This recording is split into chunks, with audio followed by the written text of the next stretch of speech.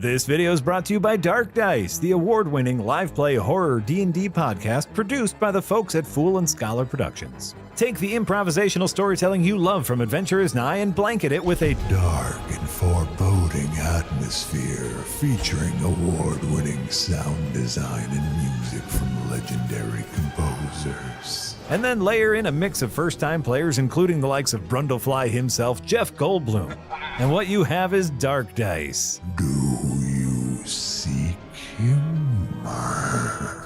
The short 30 to 45-minute episodes keep the tension high and the thrills coming. Each season is a new self-contained story, such as Domain of the Nameless God, which follows a handful of adventurers trying to track down a town's missing children, all while having to deal with a doppelganger that's infiltrated the group, slowly taking them out one by one. So what are you waiting for? Dim the lights, turn up the volume, and begin your Dark Dice adventures today. Available for free on YouTube or your podcast service of choice.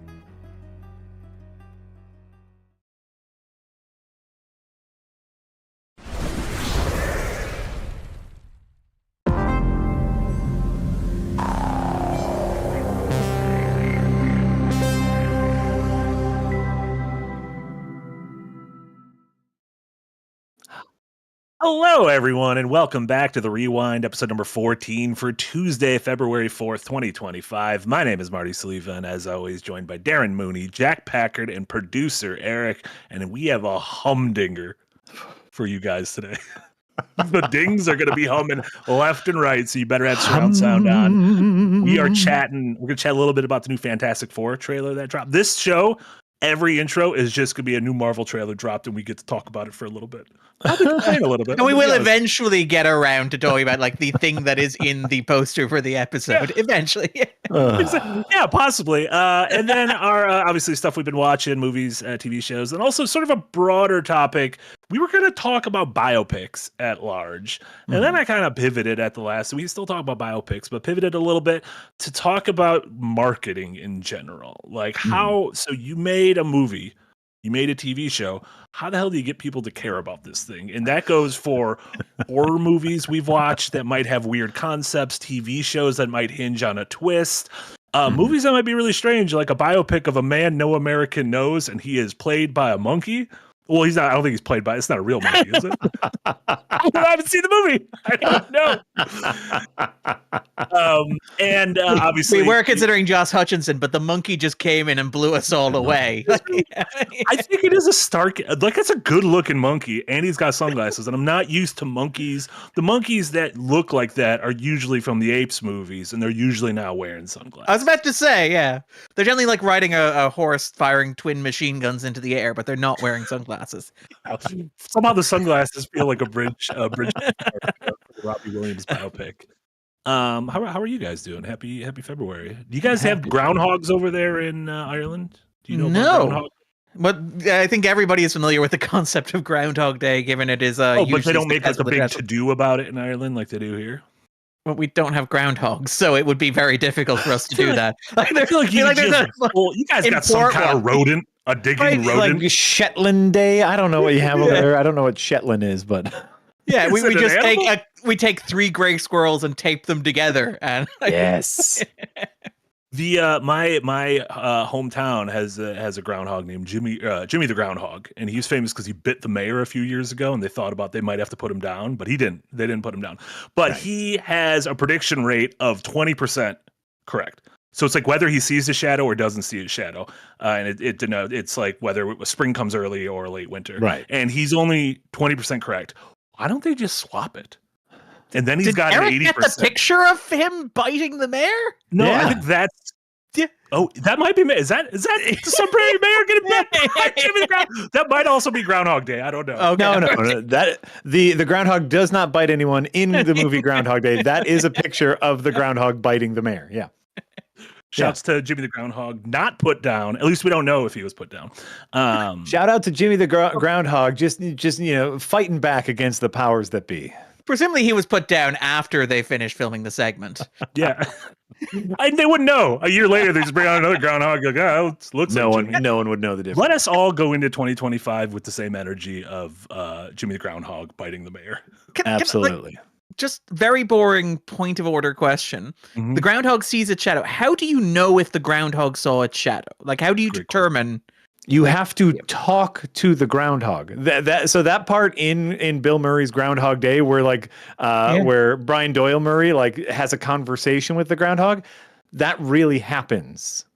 So when you say the groundhog has a 20% prediction rate, Marty,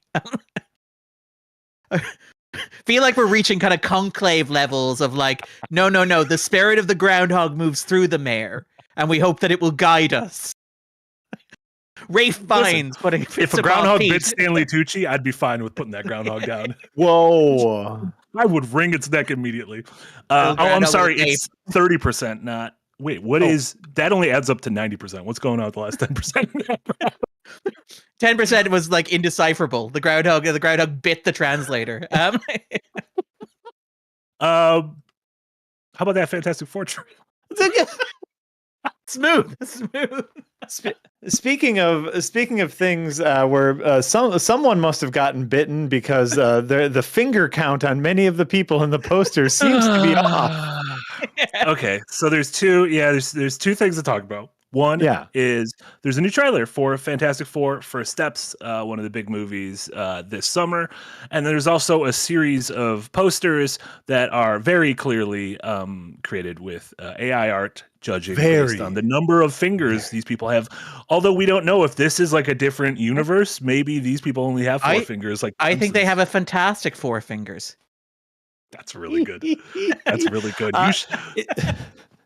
I should be Marvel's like damage control. Yes.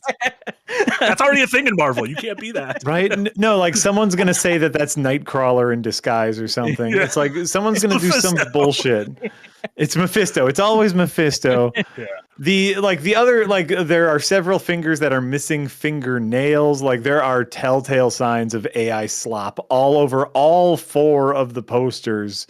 It's bad. Enhance, it's really bad. Enhance. So why? Just first off, which I guess this ties into marketing, like how do you market a movie? Why? Is it because AI is cheap and easy? Like, why Disney, a company worth fucking trillions of dollars? I don't think that's true. But billions of dollars. So why are they not hiring an artist to make a poster? Here's my slightly conspiratorial take on why a company like Disney, who not only has billions of dollars, but has a team of artists specifically for the job already on the payroll. Like they are already paying people to just sit around and twiddle their one less thumb than normal. My slightly conspiratorial theory is that the people in charge at Disney are the same type of people who have invested in AI technology, and they want to prove its usefulness by using it, even though no one wants it and it is not useful. Sure. And this was a decision not made by the capital A artists, but the capital P penny movers. By the penny movers who also have stock in ChatGPT or whatever AI company. And a partnership with NVIDIA and Exactly. And so then they can make that decision. And then after that decision is made, turn around and say, look at how many major studios are using AI. Please give us more money. John, I've seen some people make the case that this is done purposely to get people talking about a thing, but I don't think it's true that no publicity is bad publicity. I do think some publicity is bad publicity, and it is so clear. On behalf of the Amelia Perez Oscar campaign, give me one more interview. I'll dig myself out of this hole. One more hour on CNN without the approval of Netflix's PR company, and I guarantee you that poster that Netflix released today with just Zoe Saldana on it, that was not made by AI. that was crafted with love. Yeah, handcrafted. Jeez, yeah, that's another thing. That's a whole other bag of words we can talk about. For the trailer itself, what did you guys think of the trailer? Darren, I saw you posted a couple thoughts, at least on the sort of lack of any theme going on so far in the trailer. I mean, look, it looks nice, generally speaking. And like it does look, it has shadows in there and it has light and it is dark. Like it sucks that I'm like, this is the level of which I'm trying to pay a compliment to a trailer now for a major summer blockbuster. Well, because like, a lot of these movies and TV shows end up they're lit and shot like my camera right now, which is I don't know what I'm doing, and maybe is the ISO too high? Also, Jack, what is ISO? How much light hits the sensor, Marty? But like, you know, generally, like there are some interesting visuals in there, and it is very clear that like everybody on the production team sat down and watched The Incredibles, which is the best Fantastic Four movie, if not the best superhero movie ever made. Yeah. But like, I do find myself looking at it and kind of like thinking, why is this set in the 60s beyond the fact that like it's just a cool aesthetic? It's like you're making a choice to set this superhero story in the context of the 1960s when the Fantastic Four like emerged, when they broke out, when they were massively popular, when they were the first family of Marvel before they were arguably, you know, supplanted by the X-Men and then by the Avengers. They were the core of the Marvel universe, and to a certain extent the franchise has, you know, arguably, I don't want to upset any Fantastic Four heads out there, but like has arguably kind of struggled to find its way in the recent decades, allowing for runs like Hickman or Wade or whatever, and you know the obvious, you know, difficulty that they had with like the Josh Trank movies or the Tim Story movies, for example. But like I also like watched the trailer, and it's like you're setting a movie in 1960s America that is like ostensibly about the space race. And the central thematic thrust of it is this idea of Reed looking to his family and saying, look at what I did to you guys. I turned Ben into a rock man. I set my brother-in-law on fire, and I turned my wife invisible. And the moment that really jars with me is like Sue gets this kind of monologue about how Ben was always made out of stone. And Johnny was always a hothead. And I'm like, oh, we're building to a thematic point here about why the woman on the team has a superpower that renders her invisible in the context of 1960s America. She's like, but I was always visible. And I'm like, okay, that's a strange pivot you took at the end of your big thematic statement for your trailer to go like, these two other superpowers are metaphors for like who these people are and how they feel like they fit into society. But me, I'm okay. And I'm like, I kind of do have a vibe of, maybe you're not really engaging with the 60s-ness of your concept if your female lead, whose superpower is both to turn invisible and to generate force fields, isn't going, and I was invisible, but I'm not anymore. Or, you know, because I was always invisible. Or because that's always how they saw me. Or because that's always how they didn't see me. Like a moment like that. But instead the trailer's just like, no. We're great. It's great. It's gonna be great. No, nothing lingering beneath the surface here. We promise you there is no political commentary in this thing that is rife and created for political commentary. Introducing the new director, the director of the Terrifier film. And because it is because that was mostly voiceover, there is an argument to be made that is just trailer fodder, and theoretically those themes could still be in the movie. I very much doubt that, or they will be so lightly sprinkled on the movie as to render them moot. Well, and like this is clearly taking place like in a different universe, like a different part of the multiverse, as opposed to this isn't the Earth from the MCU we've seen so far. Like this is a retro futuristic take on the 60s and everything. Obviously these heroes would have been spoken about had they existed in the 60s of our MCU. So, you know, clearly they are existing in a different part of the world, and I'm assuming by the end they will enter our part of the world that is familiar. Maybe they just didn't have sexism and racism in their 60s. Yeah, that's fair. Or we'll well, that's a separate kettle of fish to unpack there, Marty. It's like, would you say that the Fantastic Four should hope to make them? And never mind. Oh, but no, like, just like, wrap it up. This is the end of this episode. What I would say. Thanks for remember to rate, review, and subscribe. But it does also, I suspect, that are we not leading into Secret Wars? Is that not the thing? Sure. Right? Like, is that not like, it's not that maybe it'll end with them coming into the regular MCU. Part of me is like, I suspect it will lead fairly directly into Doomsday and Secret Wars. I would not be surprised if like there is a post-credits tease of Robert Downey Jr. Whether or not Robert Downey Jr. actually appears, because obviously the benefit of playing another character behind an iron mask is that, you know, as Pedro Pascal knows well, some days you just don't want to go in. Sometimes you just don't want to shoot. You don't Honestly, want it seems like a great job. to. Great job. Yeah. Yeah, Yeah. I don't Fantastic Four in general. Like, as someone who, I'm not as avid a comic reader as I once was, or as many of my counterparts are. But like, I have never gotten the Fantastic Four. I've never they've always been too dorky for me. And so while yes, they are the first family of Marvel Comics, they are also kind of lame.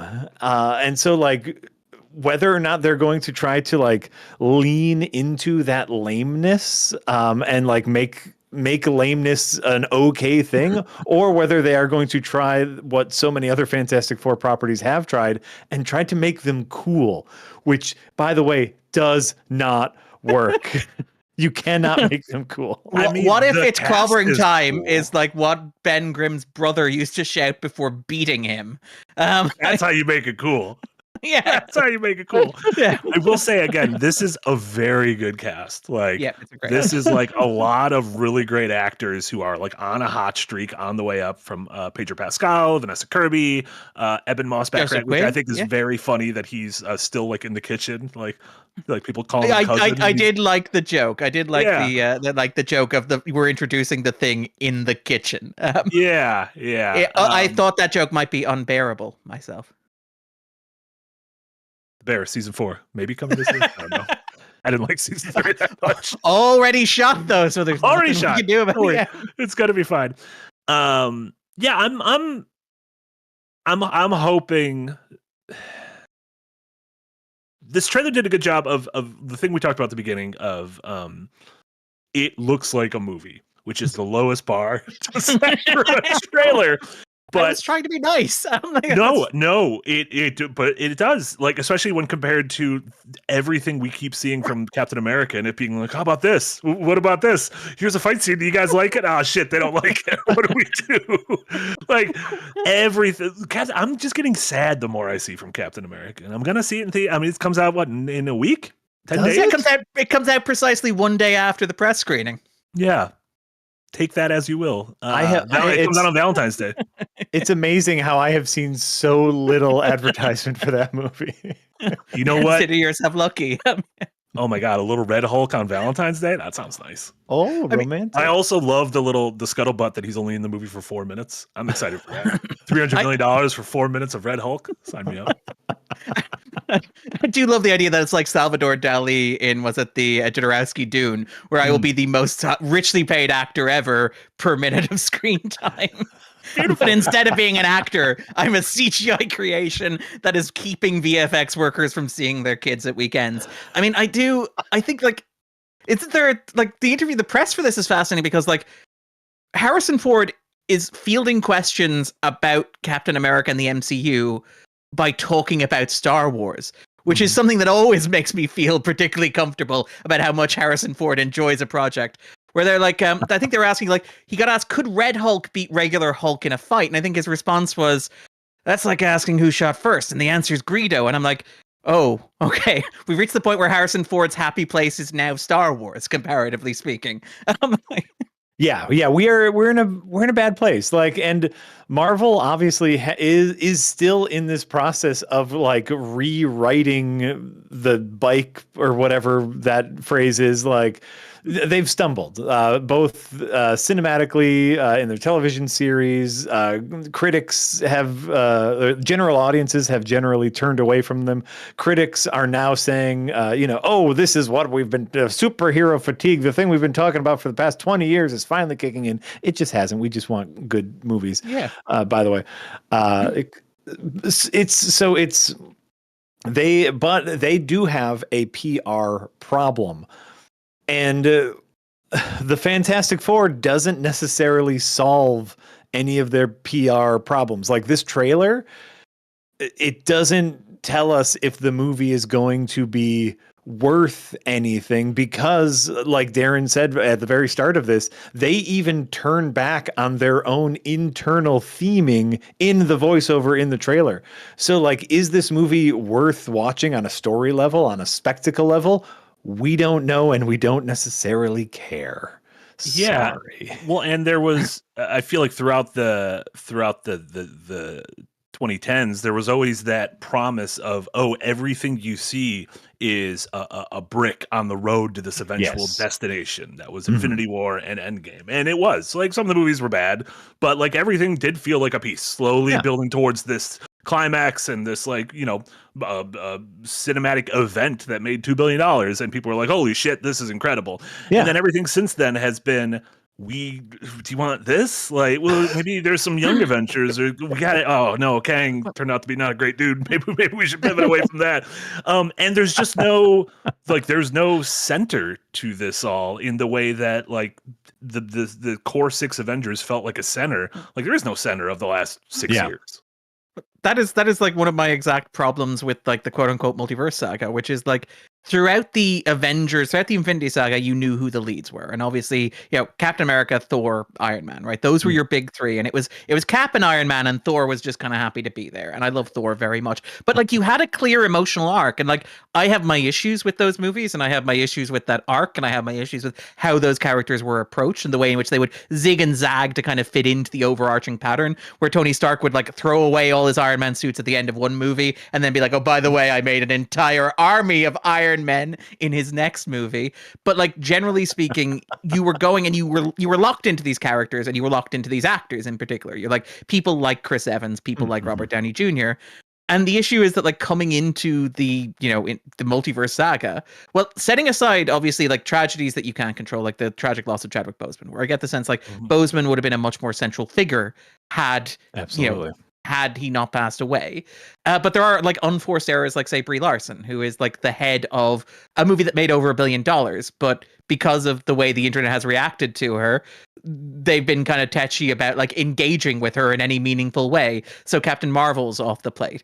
You have, like, all these young characters who've been introduced as potential replacements, but, like, they're not really featuring anywhere. Like, Marvel is continually kicking the can of, like, Ironheart down the street. And that's a TV show that was shot 2 or 3 years ago, starring, like, Dominic Thorne and Anthony Ramos. And it's like, do you care about the audience engaging with this character who you went to the hassle of setting up, you know, in Black Panther, Wakanda Forever, one of your most successful movies, like, since Endgame? And the answer seems to be no. And the answer is obviously to fall back and retreat into, well, guess who we cast as Doctor Doom, and guess who is coming back in Endgame. But it's like, I don't know who I'm rooting for going into these movies, where there has been more content in the 5 years since Endgame, or at this stage 6 years since Endgame, than there was in the, like, preceding 11 years beforehand. But there is no signal there. I don't know who I'm following. I don't know what arc I'm following. I don't know which story I'm following. I don't know which thread I'm following. Is Julia Louis-Dreyfus important to this? Is she meant to be a figure similar to Samuel L. Jackson? I don't know. Is, like, am I meant to be looking at Anthony Mackie and going, well, he's going to obviously play the role that Chris Evans played?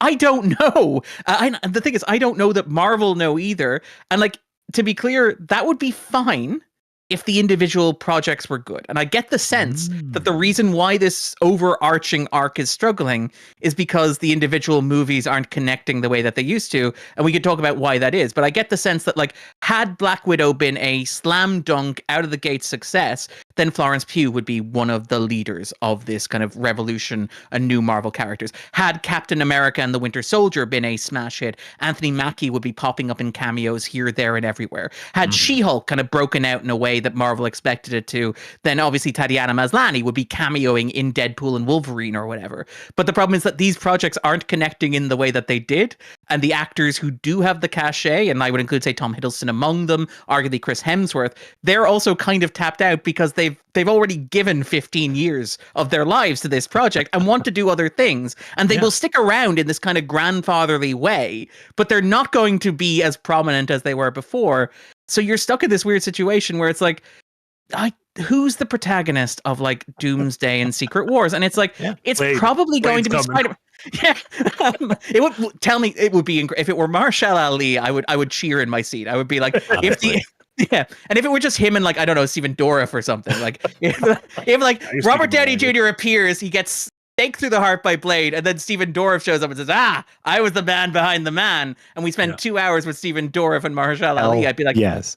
Yeah, Well, I'd be a True Detective season 3 reunion right here, baby. Sorry, Jack. To be fair, this is exactly the same point in which comic books get to every 5 to 10 years of just a mess of different universes, different stories within the same catalog, in which like they also need an entire reboot of the timeline because it gets really messy because it gets too much. And this is going to go. This is going to actually ease right into our greater theme of just how do you market something when there is so much stuff. It was really easy to market a Marvel movie when there was one direction to point in, a singular momentum. Hey, we are building towards something. We can prove it. Stick around for the stuff that you might not like because we are building towards something. Now we are shooting in it's a disco ball. We are shooting in every possible direction, hoping that the zeitgeist latches onto something when, and here's my transition, there is no longer a cultural zeitgeist. Oh boy! Beautiful. That is beautiful. That was like 2019 was the death of the zeitgeist with Endgame and arguably with the final season of Game of Thrones. Yeah. Like the last TV show that we all watched together. And I mean, I don't know if that is true, but I've seen little to disprove it. It's like an unprovable hypothesis, and I haven't seen it disproven, you know? We still got Landman. We still got Landman. That's my zeitgeist. Everyone watching Paradise, yeah. No, I mean, there is like Yellowstone. Are you watching Paradise? Yes. I kind of don't want to spoil Paradise on this thing. So I want Jack to watch just the first episode. Okay. So that Jack can figure out what Paradise is about. Yeah. No, but Landman, Yellowstone, like these are huge cultural touchstones that I've only heard of Landman from you two. Nowhere else have I seen Landman. That's because you're not hanging out at like dive bars in Poughkeepsie. Yeah, you're not 60 years old. Like you're not like waiting to visit your grandkids on weekends or whatever. Like it's, you know, fair. There's a demographic, like in the family group chat. There's a clear demographic that is responding to Landman, and a demographic that is like, what is Landman? Yeah. Okay, fair. No, it's even funny when I mean, granted, it's January, February. It's sort of, you know, dump month. It's Dumpuary. And so it's even funny when we're like, okay, what is there for us to talk about? Whereas like, you know, last year it was like, okay, Megalopolis, that's clearly going to be the thing we want to talk about. That wasn't the thing that everyone was talking about, but at least like we had a collective zeitgeist like amongst three of us. Right. Whereas now that kind of just doesn't, you know, exist, and it's you know, oh man, I want to see some of these Oscar movies, but it's like, oh, well, these aren't playing near me. And then, well, what about this one on Netflix? It got a lot of nominations. And then, maybe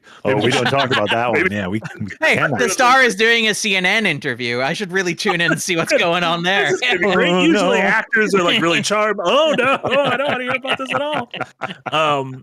Yeah, but the and then it even falls to how do you, if you have something that is good or interesting or neat that people would talk about, how do you present it to them in a way that would get them intrigued to see it? If it's not like, hey, it's the next Sonic the Hedgehog movie, you know, no shade on no shadow on Sonic, but like that's just a property. You don't really have to do too much. You're like, we made a decent movie and it's the thing you like, and everyone's back. So right, and the president from Paradise is here to hang out with Sonic. He's slightly less racist in the Sonic movies. In Sonic, okay, I wasn't sure which one you were going to say. He's slightly less racist. He does love an outdated stereotype, I believe, is how they describe the character on the show. This is not the Sonic show. This is Paradise. Yeah, that'd be quite something if like Knuckles just turns to is it Adam Daly who's the co-star? He's just like he does like an outdated stereotype. Yeah, that would be great. But yeah, like what? Okay, we've spent a lot of time kind of bemoaning trailers on this show. Yeah. A trailer comes out and we say, you know, this didn't have a theme to it. This, and like, what do we want from a trailer when a movie comes out? Like, what if we didn't know a thing existed and all of a sudden a thing existed? Like, what is the job of the trailer for us? Right, like what is there to grab us? What I'm going to point to, and I know we're probably going to talk about this more later, but I will just talk about the trailer versus the pitch for a movie I saw this weekend, Presence. And Presence, if you watch the trailer for Presence, you go, okay, it's a spooky haunted house movie. But if you hear the one-line elevator pitch for Presence, you are sold immediately. I know Marty told me the pitch for Presence, which is a haunted house movie from the perspective of the ghost. Sold. You're like, Pete, that's something I haven't seen before. Let's do this. Yeah. I showed the trailer to my children. I call them my teenage children who really enjoy spooky movies. And they were like, maybe not. I don't know how I feel about this. And then I gave them that pitch and they both went, I'm in. Yeah. Therefore, that trailer didn't do a good enough job of its central, the big premise of the movie itself. The Fantastic Four trailer didn't give us any meat. And I don't know if that's what people are afraid of. Are they afraid of giving too much information, not enough information? Back when we had a cultural zeitgeist, back when we had, less internet and less TV channels, you just needed what? You needed a star, an action sequence, and a studio behind it. And you also just needed to be playing on Friday. Like this is the big thing. I've been thinking about this a lot, right? Because like Marty mentioned, like Paradise, which is a TV show where like that show has like a twist at the end of the first episode that is the premise of the show that should not be spoiled for anybody if you want to experience it. But like there are reason I watched it was because I read Darren's column on it, and when I saw what the show was about, I was like, oh, that sounds interesting actually. And I watched the first 2 episodes. I was like, okay, this is up my alley. Yeah, this is solid middle brow. It's 8 episodes. Yeah. It's like, it's fun. It's silly. It is very silly, but it's fun. And it stars Sterling K. Brown. I mean, what like, who's going to say no to Sterling K. Brown? Yeah. But like, to Jack's point, the thing I think about is recently the wave of high concept horror movies. And in particular, I'm thinking of, say, Universal's Abigail, or more recently this weekend, Warner Brothers' Companion, right?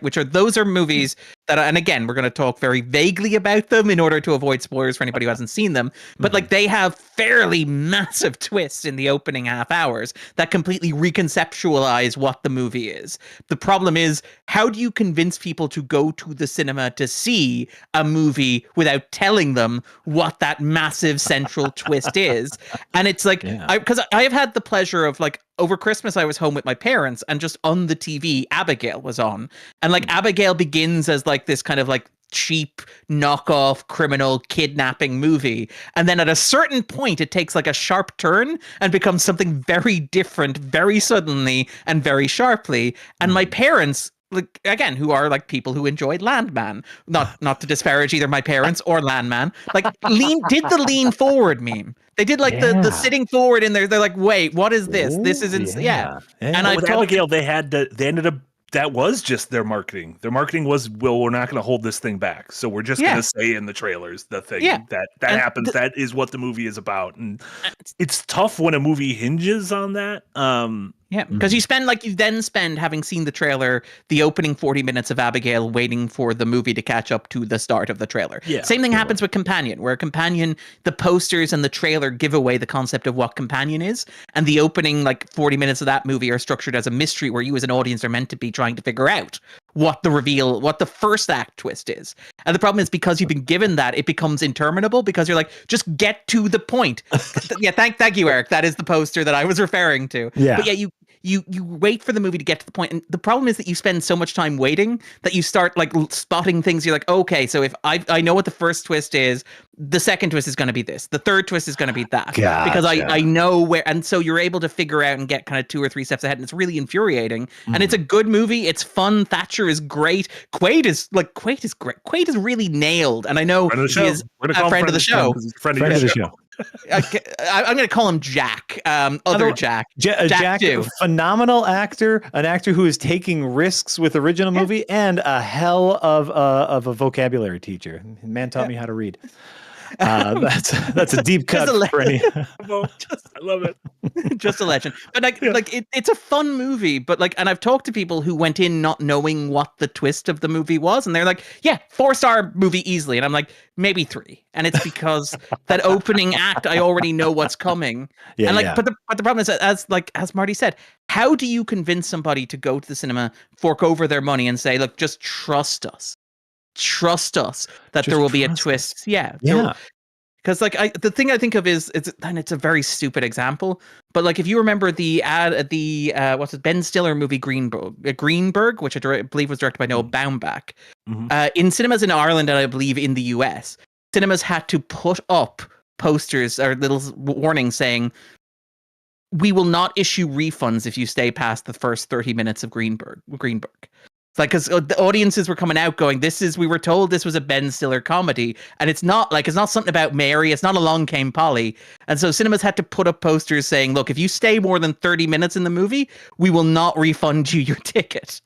And it is an interesting illustration of how like the relationship has changed between audiences and cinemas, because back in the day it used to be that you would go to a cinema on like Friday or Saturday, you would look at the board and you'd see what's playing. You'd say, that's got a good poster, that's got a good title, my friend said that movie's good, so I'll buy one or two of these on a date night or whatever. That's not how cinemas work anymore. Cinemas now, like, I'm not going to the cinema to go to the cinema, I'm going to the cinema to see X, so you need to convince me that X is worth me getting out of my house, me going down to the cinema, me forking over my hard-earned dollars, and me sitting down and getting X, and you better give me X. It's no longer let's go to the movies. It's we have to now plan ahead of time, pick out our seats ahead of time, go onto an app and buy our the amount. And by the way, I'm going to blame movie theaters for part of this because of their assigned seating BS, where it now takes so much thought and pre-planning just to go see a movie that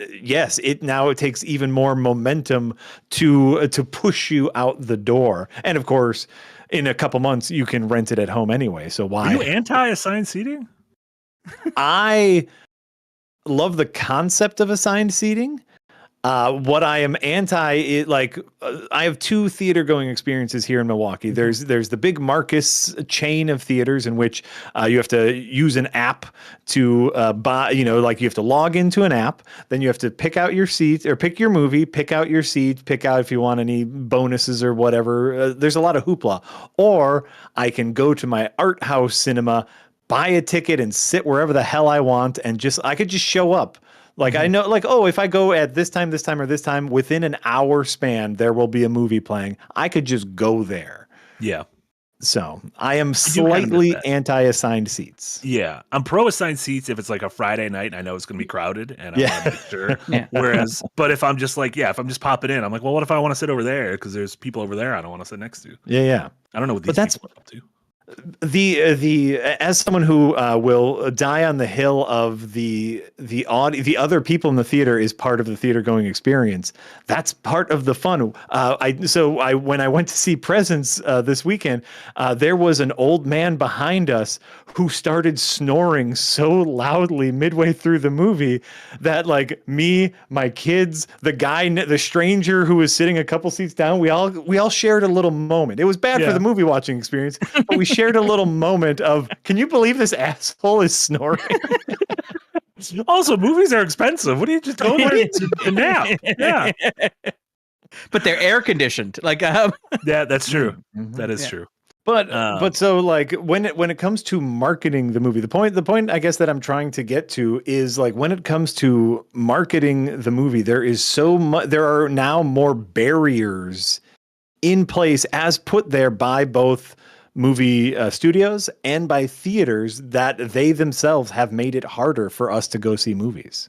And to the point of how there's no sort of monoculture or zeitgeist anymore, at least no centralized one. There's a bunch of different small pocket ones. Is there used to be in the 90s, it would just be, this is the new Tom Hanks movie. Go see it because it's the new Julia Roberts movie. This is the new Denzel movie. Yeah, you can't be like Gladiator 2 is the new Denzel movie, and everyone's like, well, I don't. It's the new Gladiator movie. Yeah, it's the new Gladiator movie. And again, whose fault is that? Who got rid of the movie stars? Who very purposefully got rid of the movie stars? The movie studios. It's your fault. And again, even directors, where it's the you mentioned great trailers. Honestly, Christopher Nolan's trailers are generally quite good because the central thrust of a Christopher Nolan trailer isn't here is the entire movie. It's from Christopher Nolan, a name that you recognize and trust. I mean, the trailer that I keep going back to, the best movie trailer of maybe the past 15 years or so is The Girl with the Dragon Tattoo, which is the David Fincher movie, which is just this incredible high concept trailer with it's got a great soundtrack. It's got a great visual. Yeah, the Immigrant Song one with Karen O, and it's incredible. Like, it's a great trailer. It's a great trailer, and it doesn't tell you anything about the story of the movie. It doesn't tell you anything about like the content of the movie, but it gives you a visceral feeling of what the movie is, which is you're going into the cold and you're going to be hammered with these images and just kind of pounded into submission. And I have to say, I love a trailer like that, but I also understand if I'm a studio, I'm going, but what's the movie? Or like, what does like Joe Soap think that they're going to get if they buy a ticket to this?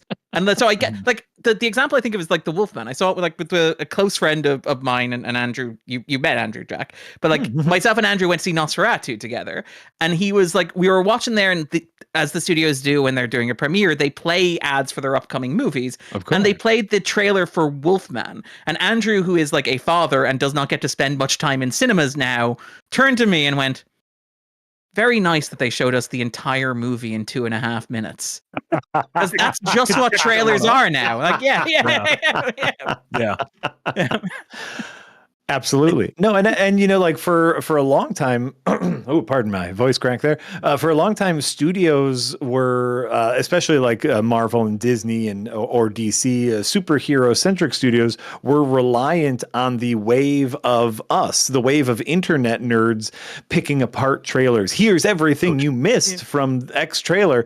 And now the zeitgeist has gotten so watered down, no one really cares about that either. So they can't even put in a bunch of Easter eggs for the nerds to pick out. One, because the zeitgeist is watered down. Two, because now we know that they change stuff in the trailers and in the production of the movies, where I want to say it was like the Thor... It was Infinity War. Hulk was like running with them. Is that what you're thinking of? Like Hulk as Hulk is running with them on Wakanda. And there's also, they swapped the location of Hela's introduction in the Thor Ragnarok trailer as well. Oh, okay. Yes. Hela's introduction was like in a back alley in the trailers, but in the movie it was in the... And so like because of their post-production process and how easy it is for the studios to change things, we can no longer rely on the nerds pointing out everything you missed in the Thor trailer. Subscribe. I want to start doing these videos with you doing that. By the way, like we should do one of those videos and just like lie about everything. Everything wrong. Just point out the most obvious things, like 10 things that you may have missed about Thor Ragnarok. Thing number 1, it stars Chris Hemsworth. Now, a lot of number people 2, its title is it's called. You'll notice the words Thor Ragnarok appear on screen at the end of the trailer. That's because that's the title of the movie. You may not have noticed that.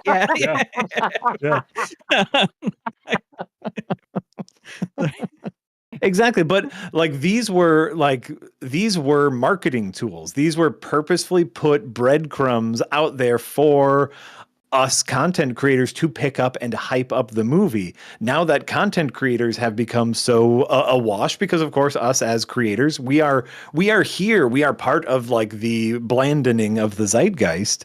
They can no longer count on that. And so they give us this trailer that gives us nothing. What it does is it gives us like a glimpse that this is an actual movie starring the people they said it was going to star, and maybe a little bit of the glimpse of like the aesthetic. But there's there was scant a vibe in that trailer, to go off of Darren's Girl with the Dragon Tattoo story. No vibes. Yeah. We want vibes. But it's mostly noticeable when there's the rare occasion you do see a trailer that has the vibes. Yes. And when I went and saw Wolfman, which I did not like, they played the trailer for 28 years later beforehand. Oh, which fuck. It is such a fucking good trailer. And I put it here in the chat for people to watch. Boots. It's incredible. The trailer, the soundtrack to the trailer is like, it's a Rudyard Kipling poem. Yeah. I think like that was used for the Second World War marching. Yeah. And it's just repeated, and it gets louder, and it gets faster and more intense to these like images of the movie, and you're like, oh, holy shit, I am so on board with that. That is deeply a fake image, Eric. Yes, you're showing wildly fake image. That's not even a human being. What was like that? I think those were the Paul brothers. That looked like a... Oh, is that Prime Energy? With their power, their power energy drink. Prime Energy advertisement. But when it comes out, you're like, oh, This feels boots. Every time you're downing prime energy, you're just saying boots. Oh, boots. Particular Oh. kinds of boots, Jack boots. Anyway, sorry. Oh. I like it. By the way, Jack has become a big prime energy fan. That was something. So you said it's those prime drinks are, by the way, super gross, and I do not recommend them. I have a slight headache growing because I had to finish a bottle that I bought over the weekend. Right now, actually, now that I think about it, I paid for it. I gotta finish it. But yeah, every once in a while you get a trailer like that, and you're like, "Oh, this is okay." I'm on board for that, and like. I feel like HBO still does a pretty good job of like, with they show a sizzle reel of like, here's what's coming out in 2025. It's like enough to be like, oh, okay, this is actually okay. Let me think. I do want to watch White Lotus in the spring, and then The Last of Us, and then this thing I've never heard of. This seems neat. Yeah. So it's not like we haven't lost all our recipes. Some people still have the recipes. Yeah, but it just feels like the Netflixification of things, where it's just. Here's this Jamie Foxx and Cameron Diaz movie, and the image on your homepage is going to change based on what you've watched in the past. So, do you like a romantic comedy? Here's the two of them. Oh, do you like action? Well, here's the two of them with a gun. It was the set it up icon which kept showing me Ty Diggs, and I was like, what does Netflix think of me? It's like what image of me does Netflix have that it's like, well, look. He's not going to say yes to Glenn Powell. He's not going to say yes to Zoe Deutsch. He's not even going to say yes to Lucy Liu, but Ty Diggs. Ty Diggs, man. I dig it. It's extra frustrating. This is something I posted online a week or so ago, which is like Instagram recently suggested a couple AI accounts that I follow. And they said, this is an AI account that you can chat with. This is a bot tailored directly to your interests. And by the way, that bot was correct. That is exactly the kind of stuff I pause on. I will not share what it is for sheer embarrassment. But therapy has been very easy the last few weeks, is all I will say. It's the bot encouraging you to buy power. I'll solve your problems, Jack. Darren, it's Prime. Prime, apologies. Sorry to friend of the show, Logan Paul. No, Marty, he's not a friend of the show. Not at all. Marty. Not even allowed back in Japan. I don't know if the show has enemies, but maybe we can put him up there. Of the show. Every week we should induct a friend of the show and an enemy of the show. And an enemy of the show. But what I'm saying is they do know us. Our social media apps do absolutely know us, was the moral of the story. And still, I think what the general consensus, because of the blandening, and of course this is all skewed because we're in the industry and we talk about this kind of stuff, is what we want is more personality. We want more authors. We want someone to come in and say, this is how I want it to look. And the big studios, the big corporations keep trying to take that authorship away. And that, to me, is the problem. Yeah. I mean, Marty asked what we're excited about this year. I am very excited about the PTA Vineland kind of Thomas Pynchon adaptation starring Leonardo DiCaprio that Warner Brothers is somehow financing for over $100 million, because I don't know, everybody told Zaslav to look out the window while they were signing the paperwork or whatever. But that is what I am excited about this year. That's what I'm actually really, really, really excited about. And you tell me this is the same year that you have a Fantastic Four movie, a same year that you have a Superman movie, and it's the movie you will be excited about will be a Paul Thomas Anderson Vineland shootout Thomas Pynchon adaptation. I'm that's what I want. Mm-hmm. And Avatar 3, Fire and Ash. It's crazy that we have to what was it? It was someone was breaking down Sun Tzu's The Art of War, and if you've ever read excerpts from Sun Tzu's The Art of War, a lot of the excerpts are very obvious by regular human standards, which are feed your army. That was one of his you can win a war if your army is better fed than the other army. And you can read that Genghis and go, Khan just being Really take some notes quick. Well, and from a modern sensibility, we can all read that and go, oh, well, duh. But that's the kind of thing that you need to explain to higher ups who don't understand that your army needs food. And so it seems trite and obvious to say we want humans to make art. But literally, that is the fight that is happening right now with AI slop. Is we are just saying no. We really would prefer if humans made art.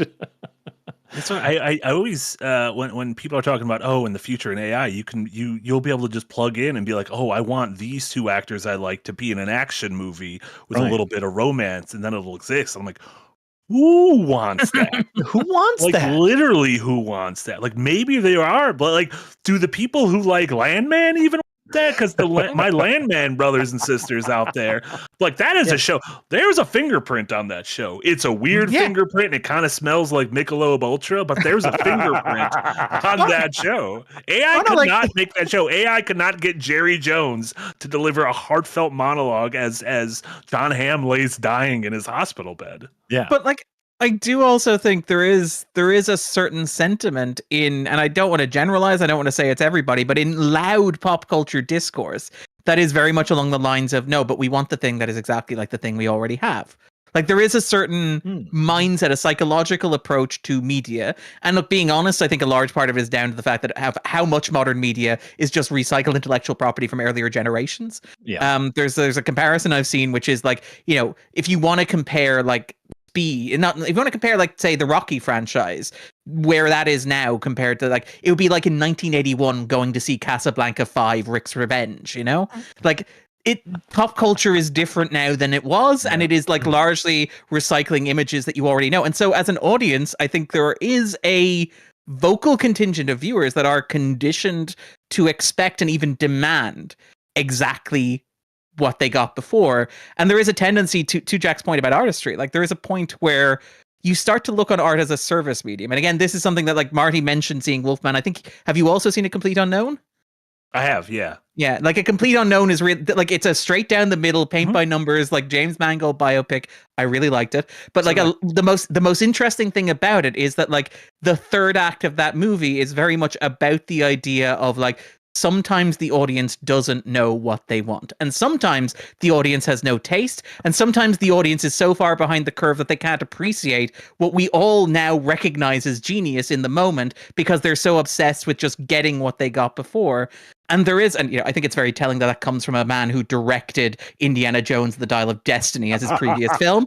But like, I do think very honestly that like there is something in pop culture where we have trained audiences to expect exactly what they already got and to expect exactly what they already have and to treat art as a service industry where, you know, and again, you shouldn't treat servers like this, but where you can just send back food if you don't like it, where you can go, this is, you know, I don't like the taste of this, send it back to the kitchen and cook it the way that I want it.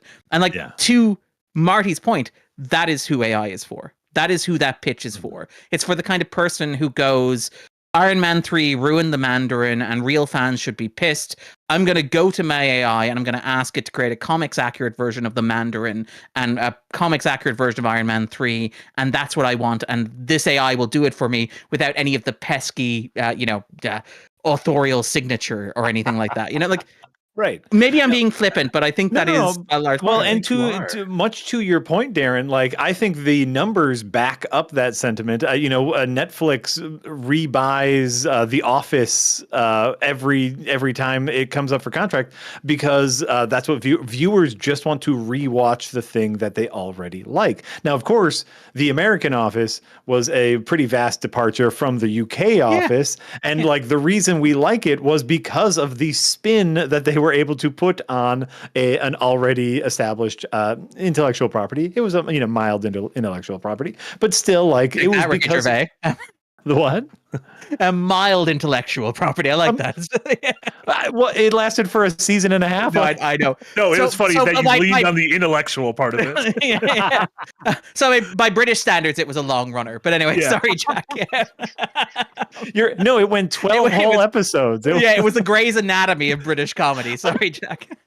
That's what I mean by mild intellectual property, in that it was 9 or 12 episodes of something, but it's still considered an intellectual property. But I think that there is a cold and calculated way to look at those numbers and say, well, if a vast majority of our subscribers rewatch the same show, we should be serving them up things that are exactly like the show that they want to watch. And so I don't want to discount like comfort watching old things as I do that often. Yeah, we all do that with games too. Like it's a very Yes. natural thing to be like. I mean, Darren, how many times do you see your favorite movies of the year? Like you see the same thing. You're like, oh, I clocked Oppenheimer or Dune, 10 times, or Jack's always playing a FromSoft game. I have my Switch and I played like Perfect Dark and GoldenEye and like so exactly. Yes. Like I don't want to like discount watching a thing over and over again or replaying a thing over and over again because there is a joy in that. But there's that disconnect between like, oh, this is what people are doing and this is what people want. That must be what people want, is what they're already doing, when sometimes we want a little bit more. I want to say this came up recently in a chat. I do some improv comedy here in Milwaukee, and for improv comedy we asked the audience for a suggestion. We say, hey, what do you want this scene to be about? And Dick Chudnow, one of the inventors of comedy sports, the improv, used to be involved in the Kentucky Fried Theater, was involved in with the Zucker Brothers, helped out on the Airplane movies, a comedy legend, especially here in Milwaukee. He was teaching us how to like take suggestions, and he very poignantly said, sometimes the audience suggests something they don't want to see, and it's up to us to give them what they actually want. And that's something that I try to carry with me at all times. And it's something that the bigger a corporation gets, they lose, I think. Mm-hmm. Yeah, I completely 1000% agree with that, especially when you look in the past of the movies that we consider masterpieces now that were just met with like a shrug at the time, or just no one was. People saw Blade Runner and The Thing and were like, what the fuck the is same this? weekend, like the same weekend they flopped in. Not even one of them succeeded. Like that is like statistically impossible. Yeah. It's it's strange. I don't and like I don't understand it. The thing that confuses me about this, and sorry, I'm getting real old man shakes fist. Hell yeah, no, that's what we're here for. We were just like riling each other up with sticks. But like the thing that does bother me about this is that like if I want like George Lucas's 1977 Star, that's actually a bad example because I can't watch that because of all the stuff he did with the special edition. But if I want, say, like mid-70s Doctor Who, for example, I can just reach, like I can literally reach into my little cupboard up here, take it out and like watch it, like, and then I don't need to see like Ncuti Gatwa or like Russell T Davies reinventing this and redoing this and repeating this. I can just stick this Blu-ray in my player and watch it. And the same is true of Star Trek. Like, I don't need to see Anson Mount playing like Captain Christopher Pike. I can reach into my Blu-rays and watch The Cage and see what's his name? I'm a fake fan. I'm a fake fan. That's one thing I've always thought about you, is you're a fake Star Trek fan. But like I can see the original actor playing like Christopher Pike. Like I can see, But like, then going to our Jeffrey Hunter, thank you, Digital Janice. I apologize for that, Jeffrey Hunter. That is Digital Janice. I'll take off my stash. Actually, Jeffrey Hunter, friend of the show, Digital Janice. No, but at the same, to tie a bow on this whole thing and get back to the Monkey Man that we haven't really spoken about, is sometimes you make something that is a little unique for some reason. And it's like, well, we could have done a Robbie Williams movie, cast someone as Robbie Williams, and just done a biopic like Rocket Man or Bohemian Rhapsody or A Complete Unknown. You know what I mean? But it's got musical numbers and everything. But they're like, well, what if we made him a CG monkey? That's a big swing. That's a big swing that I appreciate. Did I see the movie? No. Do I intend on seeing the movie? Maybe not. No. I don't know. I have negative cultural cachet with Robbie Williams. I just called him Robin Williams. I think maybe that's the problem, is his name is too close to someone I genuinely love. Yeah. But by all accounts, this movie is pretty good. Yeah. Like from what I've heard, that movie is like really good, and it has these musical numbers that they said are like way better than musical numbers in Wicked in terms of choreography and everything. I don't know. I haven't seen this. Like I feel bad because I was like, we should talk about Better Man, because I was convinced that the digital release date was today, and it turned out to be next Tuesday. But like I am so excited to see this, and like a large part of it is like the weirdness of doing Robbie Williams. And again, I love the big swing of Americans have no idea who Robbie Williams is. And it's like, they don't care about boy bands. They've got no experience of Take That. It's like they have no framework for this concept even before you start steering it into surrealist monkey theater. Like, I'm fairly sure you could have people watch that and go, wait, was a monkey really the biggest selling artist of like British pop music in the 90s? That feels plausible. Like, I know the Spice Girls, maybe it was the Spice Girls and the monkey. Maybe that was the thing. Sure. But like, I will also say, to the movie's credit, like, as much as that can feel like a cynical gimmick, and there is like the wonderful meme content along the lines of, you know, Americans don't know who Robbie Williams is. That's what the monkey's for. That's what the monkey's for. That's what the Don Draper voice. Yeah. As much as you can like cynically point to that and say, look, maybe the producers of the film were like, the American audiences not so hot on Robbie Williams. On the other hand, monkeys. They love digital monkeys. King Kong, the Planet of the Apes movies. That's the secret weapon here. I look at, like, as somebody who is like passively familiar with Robbie Williams' discography, and by passively familiar, I mean I lived on the island next to the United Kingdom during the 1990s. Williams has always like had this artistic discomfort with the way in which he was presented and framed as a boy band member. And again, like, there's a whole big relitigation going on about boy bands and the way in which like members of boy bands were treated. And like, it's like that kind of, it's like that Hugh Jackman male body thing where like, it feels like during the 80s, people were like, we're not really comfortable with how like Hollywood objectifies women and how pop music objectifies female pop stars. And it feels like the people went, okay, note taken. So we're going to give a bunch of men eating disorders. Hugh Jackman isn't going to see a carb for like a year. Zac Efron's going to faint on the set of like Baywatch. But like, you did have these men coming out of these bands with this like these really complex relationships to their bodies, where like one of Williams' most iconic songs in the UK is Rock DJ, which consists of Williams in a video that was banned on MTV in the States, not that they were going to play it anyway, literally rips his own skin off. And so I look at that and I go, underneath? I was hoping for a through line to this monkey. Well, no, that is the through line to the monkey, is that like he's a performer who has always clearly been uncomfortable with the way that his body is portrayed on screen. And so him choosing to do a biopic and being like, I'll do it, but I'm going to be a monkey, feels like, to Jack's point, an artistic choice. It feels like something that actually matters to him, as opposed to just being, wouldn't it be fun if I was a monkey? Or Big Monkey showed up and they offered me 1,000 bananas if I would agree to this. And I guess that is fair. I like, in general, I usually do not care for biopics. I think that is a very good point. They are taking a big swing here, much like Pharrell's Lego Man biopic. Here we had two of them in the last like 6 months that did something that was like, oh, this is how you handled your biopic. You guys know the story behind the Pharrell Williams Lego biopic, right? I don't think I do. No. Okay, fantastic. So, sorry, the Darren story time. You guys obviously, like, Warner Brothers paid a lot of money for the Lego license back in the early 2010s, and they made the Lego movie, and they made Lego movie the second part, and they made like Ninjago, Lego Batman movie, and they made a lot of money at first, and they didn't make as much money afterwards. And then, like, when the rights came up to renew with Lego were like, we're kings of the fucking world. And Warner's were like, well, now we're under new management and we don't really have the spending power that we used to. So Universal were like, we just took Christopher Nolan. Now we're taking your Lego franchise too. And they bought the film rights to Lego, right?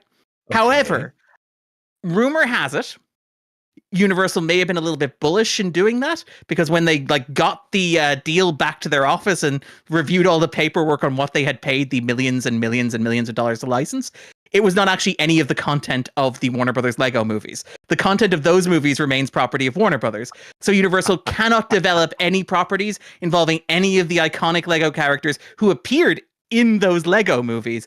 So Universal are sitting there scratching their beard going, this deal is like, it was 2020 through 2025, and 2025 is coming up pretty quickly. It's like, we need to do something with this Lego deal in order to justify the millions upon millions of dollars that we have spent on it. And they're like digging through the closet, looking for something that they could like basically stick the Lego branding on. And they land on the Pharrell Williams like documentary. And they're like, quick pitch for you. What if, hear us out here, we do the documentary in Lego? And Pharrell Williams is like, Sure. I'm like, They're like, oh, I thought that'd be way harder. That's a beautiful, beautiful story. Yeah. That's I great. love that. That's great. But Yeah. but so like I guess like that's like an interesting, like it's an intersection of like I'm gonna appreciate the big artistic swing and still not necessarily care because like the absolute truth is no one in America, and by no one I'm gonna say 80 to 90% of Americans do not know and do not care who Robbie Williams is. I think you're being very generous to say 10% do, to be fair. Like what I'm saying is maybe 10% have remember seeing that video on VH1 or something. That you talked about, the video. Or not. That was banned. Like it was banned from American Airwaves. No wonder Americans didn't know who he was. Like, so he tears his own skin off, and it's like, okay. Yeah. And so it's like, I'm sure he is. It's an interesting tale of a musician, like you said. It probably has some like deep reflection. That the fact that it stars a monkey still does not make me care. I'm very sorry. I do care, but it disappeared from theaters incredibly quickly over here. Like over here, it even underperformed, unfortunately. And I'm literally waiting for a chance to see it, and I will be renting and buying it. But yeah, it is like I just haven't had a chance to see it because it's been a hectic couple of weeks. Fair. Also, people are trying to correct us that it's an ape and not a monkey, and honestly, they're all it's fine. It's whatever. King Kong's it's a monkey. whatever. King Kong's a monkey. They're all monkeys. Come on. I would like to didn't wanna distance chime in 'cause myself. Darren- Yeah, I would like to. Yeah, I would like to take this opportunity to I'm going to learn and reflect. Yeah, Darren didn't want to associate himself with the ignorant chimpanzee boys from Look, Wisconsin. we're all primates here. Exactly. I'm this fucking orb hurling through Earth. A couple super chats came in throughout the show. Nita Ram, thank you so much for the $5 dono. I appreciate you, Nita Ram. Have you guys watched Common Side Effects, created by one of the creators of Scavenger's Reign, Joseph Bennett, with Mike Judge / Greg Daniels, speaking of The Office, attached? No, I actually heard about this morning earlier. I love Scavenger's Reign. Apparently, it's it's an anime series on Adult Swim, like about like hallucinogenic mushrooms and like a conspiracy behind them or something. I just found out it existed, but I loved Scavenger's Reign. It even looks a little bit like Scavenger's Reign. Oh, okay. It's ugly. Wow. It's not in space. But I'm hearing about it right now. I'm Googling. So Sidney Poitier? Is he dead? Oh, okay. No, it's a different Sidney Poitier. Apologies. The American Canadian film and television. I was like, that was an impressive get, given he died several years ago, maybe even decades. Sorry, it does also star Danny Houston. Oh, I love Danny Houston. Trask, Oliver Trask, they call him. Didn't he play Trask in one of the movies? He played that in X-Men Origins Wolverine. That's a deep pull. He was also the villain in last year's The Crow as well. What a great thing for like John Huston's cinematic legacy, right? It's just Wait, so have there been 3 Trasks? Him, Brian Cox, and the guy who played like Donald Trump in the Furiosa. No. Oh, you're right. Donald, he's Olivia Trask. Yeah. No, you're right. Sorry, I'm thinking of. No, he wasn't Trask. He was. Sorry, you're right. He was the Brian Cox character, who is not the Brian Cox character. No, Trask is the guy who designed the Sentinels. Trask is, and that's William Stryker. William Stryker. Yeah, the Reverend. So Peter Dinklage played Trask. Yeah. So sorry, Houston played Stryker along with Brian Cox and the guy who played Donald Trump Jr. in Furiosa. I like when you say when you said the guy who played Donald Trump in. I was about to go, Sebastian Stan, and then you're like in Furiosa. You know exactly who I'm thinking about. As soon as you said Furiosa, the man who I still want to say is Mikey Day. And it's weird because like he looks so handsome because he looks like one of those guys who like should have a CW show or should be like Jack Reacher's like slightly smaller brother who sometimes gets into troubles that he's not big enough to handle, you know? Exactly. Also, let me say I'm extremely proud of the journey we went on with the Trask Stryker thing, because Eric commented, I got lost on that convo.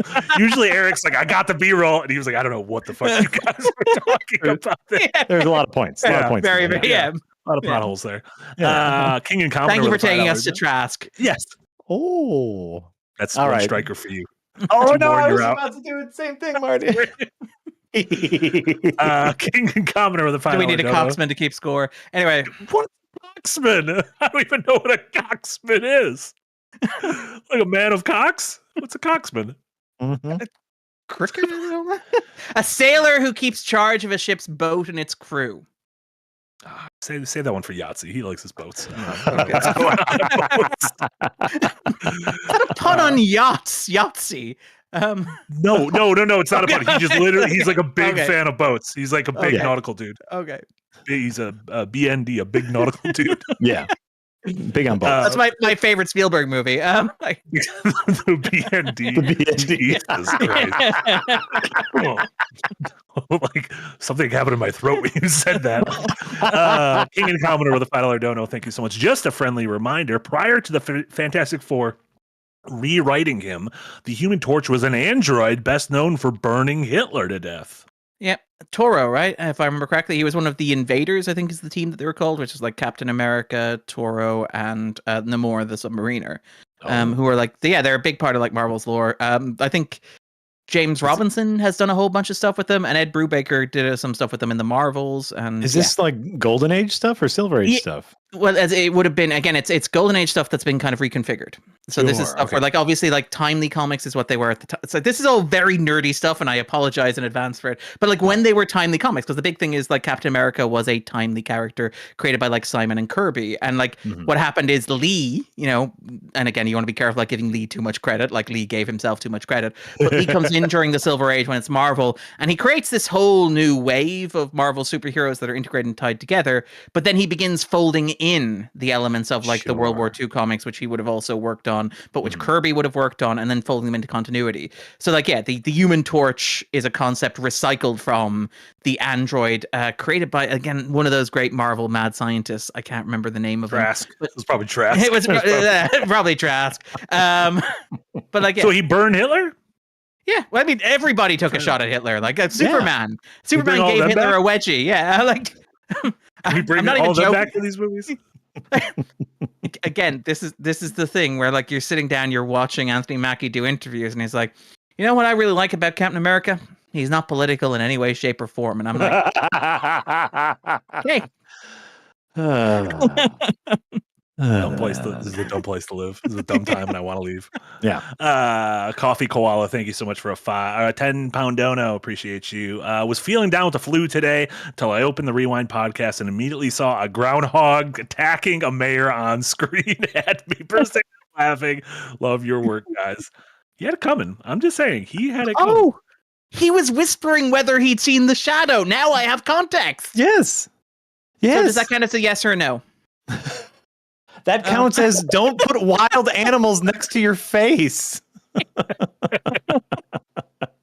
Guy probably had like earwax, and the groundhog was probably like, "Ooh, I'm gonna be honest, that looks good to me."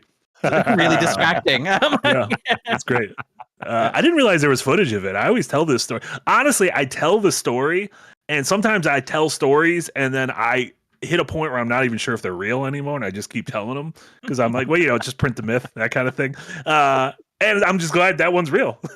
There you go. Like it's a little, nice to be reaffirmed every once in a while. Sussy Guru with a €5 dono. Thank you so much. I love assigned seating. If you choose and reserve the best seat early enough, you don't have to rush anymore or get to the cinema early. I mean, it is nice not to have to sit in like the corner of the front row, which like there was a couple movies in the 90s and aughts where like I remember I think I had to watch The Mummy from the corner of the front row, and let me tell you, the corner of the front row not a great place to be sitting. Not a great Staring up at the mummies like that. I acknowledge the benefits of assigned seating, and I still use that when I go to those theaters, and I do enjoy that. Like if you pre-plan enough, you can get the perfect seats, then you don't have to worry about it. Show up leisurely. I understand the benefits, though. This is my old man. I'm a sucker for the days of just walking in and picking a movie. Just walk in and pick. It's like, what am I watching today? What do you got? I'm here. generally do that unless it's like Barbie or Oppenheimer or something on opening weekend. Like when I book my seats in the cinema, and I do because I'm a nerd, I'm a huge nerd, and I'm a guy who follows the rules. It sometimes annoys the people I'm with when I'm like, we should sit in our assigned seating in this big empty cinema, and I'm like, you don't know who's going to arrive during the movie, and if they're sitting in the seat that we choose to sit in, that's going to be very embarrassing for us. And that whole scene is going to be ruining. You're going to be thinking about it afterwards. Like that might derail the entire movie for you. I will say, as somebody who maybe has some psychological stuff going on, there is nothing more awkward than like when you arrive at an assigned seating screening where there is like 3 other people, but one of them is sitting in the seat that you booked, and you're like, do I go over and be an asshole and make an issue of, well, could you move so I can sit in the seat that I booked, or do I play the lottery and sit in another seat and then worry about the possibility that somebody who booked that seat is going to show up and be like, what are you doing in my seat, bro? No, it's an absolute nightmare. Social anxiety. I don't like it. There, you don't have to worry about if there are no assigned seats because you just sit wherever you want. That's all. But like, I do love as somebody who will do like double features and somebody who will do like a day in a cinema. I love assigned seating because it means I don't have to worry about being first. As long as I arrive before the credits, before the credits start, I like that. It's like I sat down in the seat just as the guy explained the plot of Psycho. I got my $5 worth. But as long as I get, I was like, that sounds like it was a pretty good movie. It really a bad relationship with his mom. Oh, yeah, okay, all right. Yeah. A lot to think about in those final 2 minutes. But like, I think if I arrive before the trailers start, I'm generally good. Like, and I like knowing that my seat is there, so I don't have to rush or run or panic or whatever. You eat in the movie theater, Darren? I love a popcorn. Popcorn. Smelly food, no. But like I do not like smelly food in theaters, but like popcorn is grand. And like sound doesn't bother me that much. I actually really like the sounds of people eating. And also I like the sounds of like, if it's a really good movie, people stop eating and it's great. Like if you're watching A Quiet Place, the 3 Quiet Place movies, I saw all of them in theaters, and they're incredible because there are moments in that where the audience will just stop eating.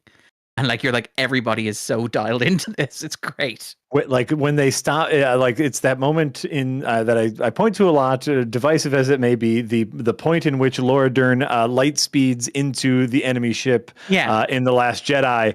No one breathed. Yeah. It was so It was so silent in the movie theater. And like, those are the kind of moments that you go to a theater for 100%. Yeah. When this reminded me because my upcoming episode of The Archive that Jesse Schwab is currently editing is on the 2005 King Kong adaptation, The Game. Peter Jackson's. I'm out of ammo. I'm out of ammo. Kong, the official game of the movie. I was remembering when I saw King Kong in theaters, that movie that winter. There's obviously the scene. He gets up to the Empire State Building, he slips off and he falls, and then it cuts to a wide shot. You see his body falling off, and like the score drops out, and it's just silent. His body slowly falling through the air, and there were gasps in the audience. And I'm like, did you guys not know this was going to happen? The end of King Kong. I was really rooting for him. I was like, I feel like he and Annie are going to get it together. Like we were purposely not wanting to spoil stuff like the end of the first episode of Paradise, but like I feel like King Kong is now. It's safe to just be like, listen, he does not make it out. Although in the game there is an alternate ending where Adrian Brody gets in a biplane of his own, shoots down a bunch of members of the military, shoots out the spotlights, and he said, "You're free, Kong," and it cuts to Kong back on the island. And I'm like, so even if you commit terrorism and kill a bunch of members of the military, you can't just go from A to B. Kong's just not back on the island. He's still at the top of the Empire State Building in the middle of Manhattan in America with oceans. Not only is like, because Skull Island's got to be in the Pacific, that's not in the Atlantic. So I'm like, you got to go through the Panama Canal. Do love the idea that he just puts on a little hat and a trench coat and he's like, I'm Robbie Williams, mate. Wow, I'm actually a big star over in England. Don't worry about Better Man killed the beast.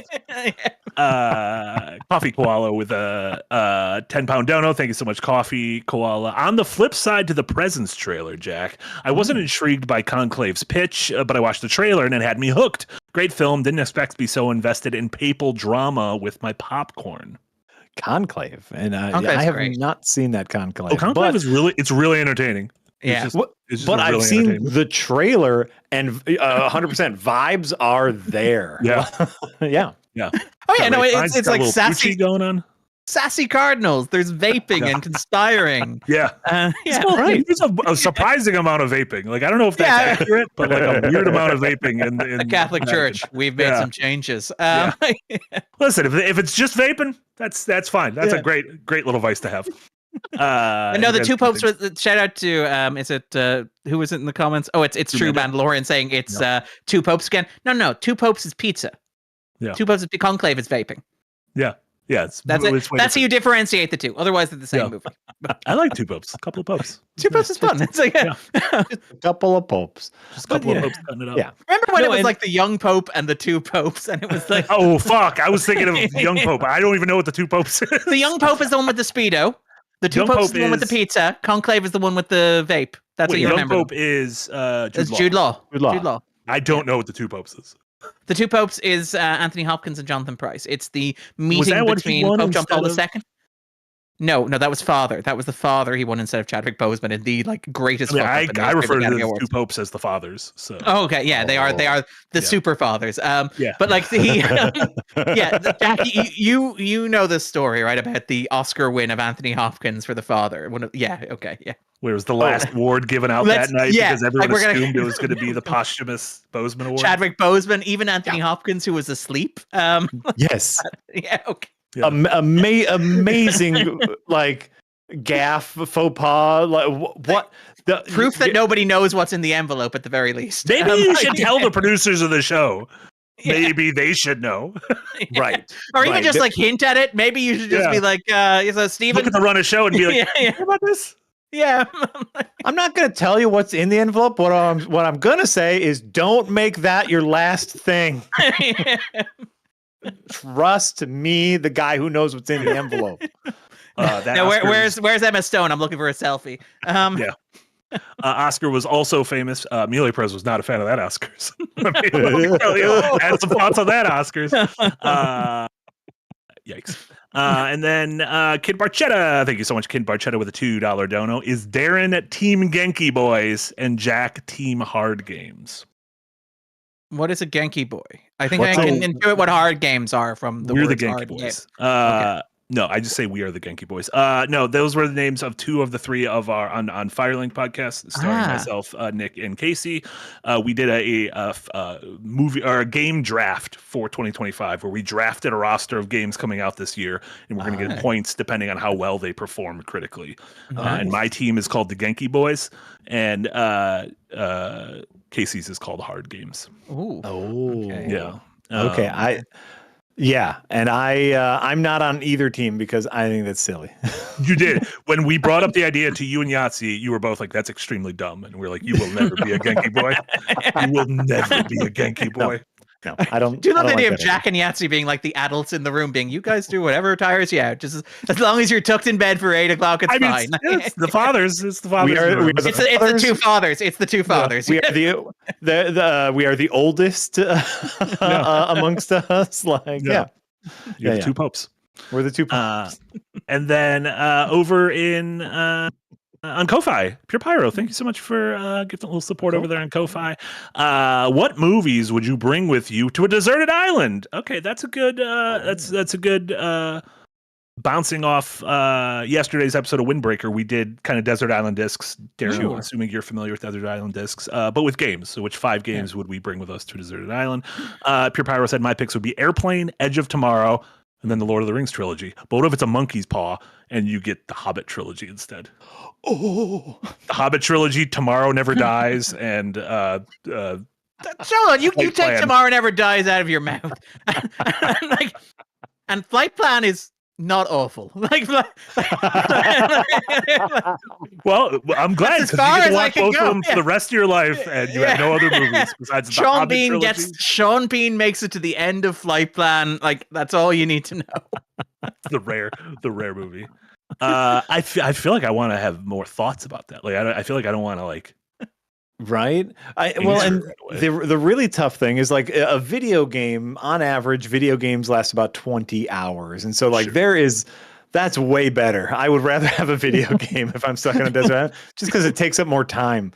Jack's like, Yeah. I agree with Cahiers de Cinema. Twin Peaks: The Return is a movie.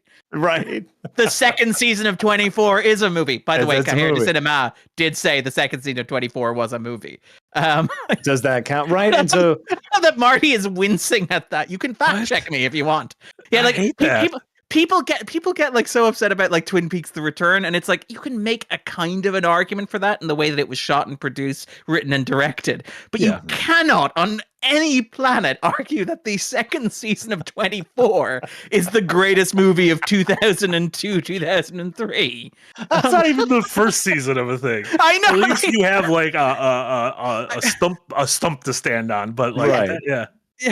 I like the idea of Airplane. Airplane's one of my very favorite comedy movies. Airplane is also a movie that is so densely packed full of jokes that you can watch it multiple times and pick up on new jokes every time. Yeah. So I do like that idea. Yes, I do think like this is going to be something that I genuinely need to think about. Yeah. But like even one of my favorite modern movies, like Everything Everywhere All at Once, I feel is a movie that I could watch over and over again and keep picking up on new things. And so my bar would be like, I need a movie that is weird and interesting that can stand up to multiple viewings. Yeah. And or the Lord of the Rings trilogy extended editions just because of time. Because of love and time. I need to issue a correction. It was actually the first season of 24 that they listed as the 10th greatest movie of 2002. But apparently it was so decisive that there was no list in 2003. Oh. They were just like, yeah, 24. We got it. We got it. Yeah. We got it. I want to revisit Pure Power. I want to revisit this. Maybe we'll make it like a little subtopic. Yeah. On the road, so we can actually give it some thought. Because off the top of my head, I would be ashamed. Yeah, I would just fair. end up Godfather like 2, Godfather 2, Good, the Bad, and the Ugly, Big Lebowski, Brazil, and fuck it, The Prestige. Why not? Fuck it, The Prestige. I was gonna be like, we can't find out Nolan. I know. Without old Chris. I was like, you know what? I'm just gonna do The Dark Knight, The Prestige, Inception, Interstellar, and Oppenheimer. But there's like there's no comedies on there. I know, like that. No Big animation. Big Lebowski's on there. Oh, that's a comedy. That's a good. Yeah. I love how grudgingly, like it's not. It's a good not one. like it's not like it was this fucking obscure black and white French movie as a comedy about the human condition. No, because just my thought is like you want to vaginal cover art as in many it. bases as possible. Yeah, Yeah. You want to cover as many bases as possible, and you need at least one movie with some tits and ass in it. I was about to say, yeah, you got to goon to something. Double Finger. Ooh, bad segue there. With 10 euros. Thank you so much, Double Finger. Wrong moment for everybody else to go silent, Marty. I'm like, for a recent date night with my wife, I suggested watching The Substance based on your recommendation. No, she hadn't heard of it. She liked it, but made it clear that next time she'll choose. That's fair. That's fair. That's like that movie comes with like a trigger warning. Like I always watch the Oscars with my mom, and she likes getting caught up on all them. She's not like she doesn't watch a ton of movies throughout the year, but before the Oscars, she likes to watch everything. And she's like doing pretty good so far, and she's like, this Substance, and I'm like, okay, like I just want to warn you, this movie's very good, but it is also like incredibly graphically violent and horrific. Like, how do you feel about goop? About things being goopy. Yeah. And she's like, she was a trauma nurse in Poland, and she's like, I amputated a leg, and I'm like, all right, that's more than I've ever done. However, I do feel like there's a little more than leg amputation in this movie. the pitch that I've been doing is describing it as very French and then gauging the response of the person next to me to see how much more depth I need to go into. Yeah. Where like if I get a knowing nod and a yes, I'm like, okay, we both understand what this movie is. And if they go, what do you mean? I'm like, okay, we need to sit down. And that's where like the asterisks start piling up of maybe you shouldn't see this. Yeah. Because I was talking to somebody recently, and they were like, I haven't seen The Substance, and I'm like, okay, be warned, it is very French. And they're like, okay, well, I saw that movie where the chick fucks the car, and I'm like, okay, you're good. Oh, good. Yeah, that's like, yeah, you're good. You're like you're in there. Yeah. Yeah, that's like, can you handle this? Like, what's the most intense thing you've ever seen? And if they're like, the Texas Chainsaw Man, you're like, no, you can't. You can't handle this at all. Sting at the Garden with €2. I don't know why I said Texas Chainsaw Massacre. That movie's like nightmarish. That movie's like a genuine nightmare. That was a weird one for me to go to. Yeah. I should have went to, this goes into what Casey asked. I meant to ask you, both of you, do you have temperatures on the Final Destination franchise as a series of movies? Final Destination, the 5 or 6 movies. First one starring Devon Sawa. You got to outwit death. Death has a design. You got to outwit it. I have not seen all of them, and I am of the age where I was slightly too old. Like I was growing out of like the camp horror, of the like I Know What You Did Last Summer's screams. Like as we were like I was just kind of aging out of that when Final Destination came out, if I'm remembering the timeline correctly, which also I might not be. So I'm gonna say I'm mild on Final Destination. I have no nostalgia for it. I do not hate it. I am neutral, which is Darren, boring. I do apologize. Darren, I know you're a Saw connoisseur. Yes. I didn't mean that like pejoratively. Yeah. Saw connoisseur pejoratively. Yeah. That's what my little title card says down the bottom of the screen now. Darren Mooney bracket Saw connoisseur. Like when I appear on the national news just covering anything, it's like, so we asked this guy about the groundhog who bit the mayor, and it's like Darren Mooney Saw connoisseur. But you're wearing like the backwards hat and the hoodie to look young. Like, Yes. What did you think? Do you have any thoughts on Final Destination? The first one, Bloodlines. Yeah, Bloodlines is coming out. And I mean, I will say the first one is written by, isn't it, James Wong and Glenn Morgan, the two X-Files writers who I'm very fond of, who have had, let's call it checkered movie careers. But like genuinely really fun concept. It is basically like a Rube Goldberg machine of death. And I remember like watching the first 3 or 4 of them and finding them like broadly speaking enjoyable. I still remember particular set pieces from them, even though again, the nature of the series is such that I couldn't tell you which set piece goes in which movie from my teen adult brain, where I'm like, I love the car crash with the logs. That was pretty great in 3D. Or I love the sunbed death was properly gnarly, But I can't tell you like, the best of them is obviously Final Destination 4 or The Final Destination or whatever. But like, I broadly speaking have a great deal of affection for them. I do need to go back and rewatch them. I do need to have a Saw-a-thon basically of Final Destination movies. I remember the 3D one being quite good in that it gives you what you want from a 3D movie, which is lots of shit in your face all the time.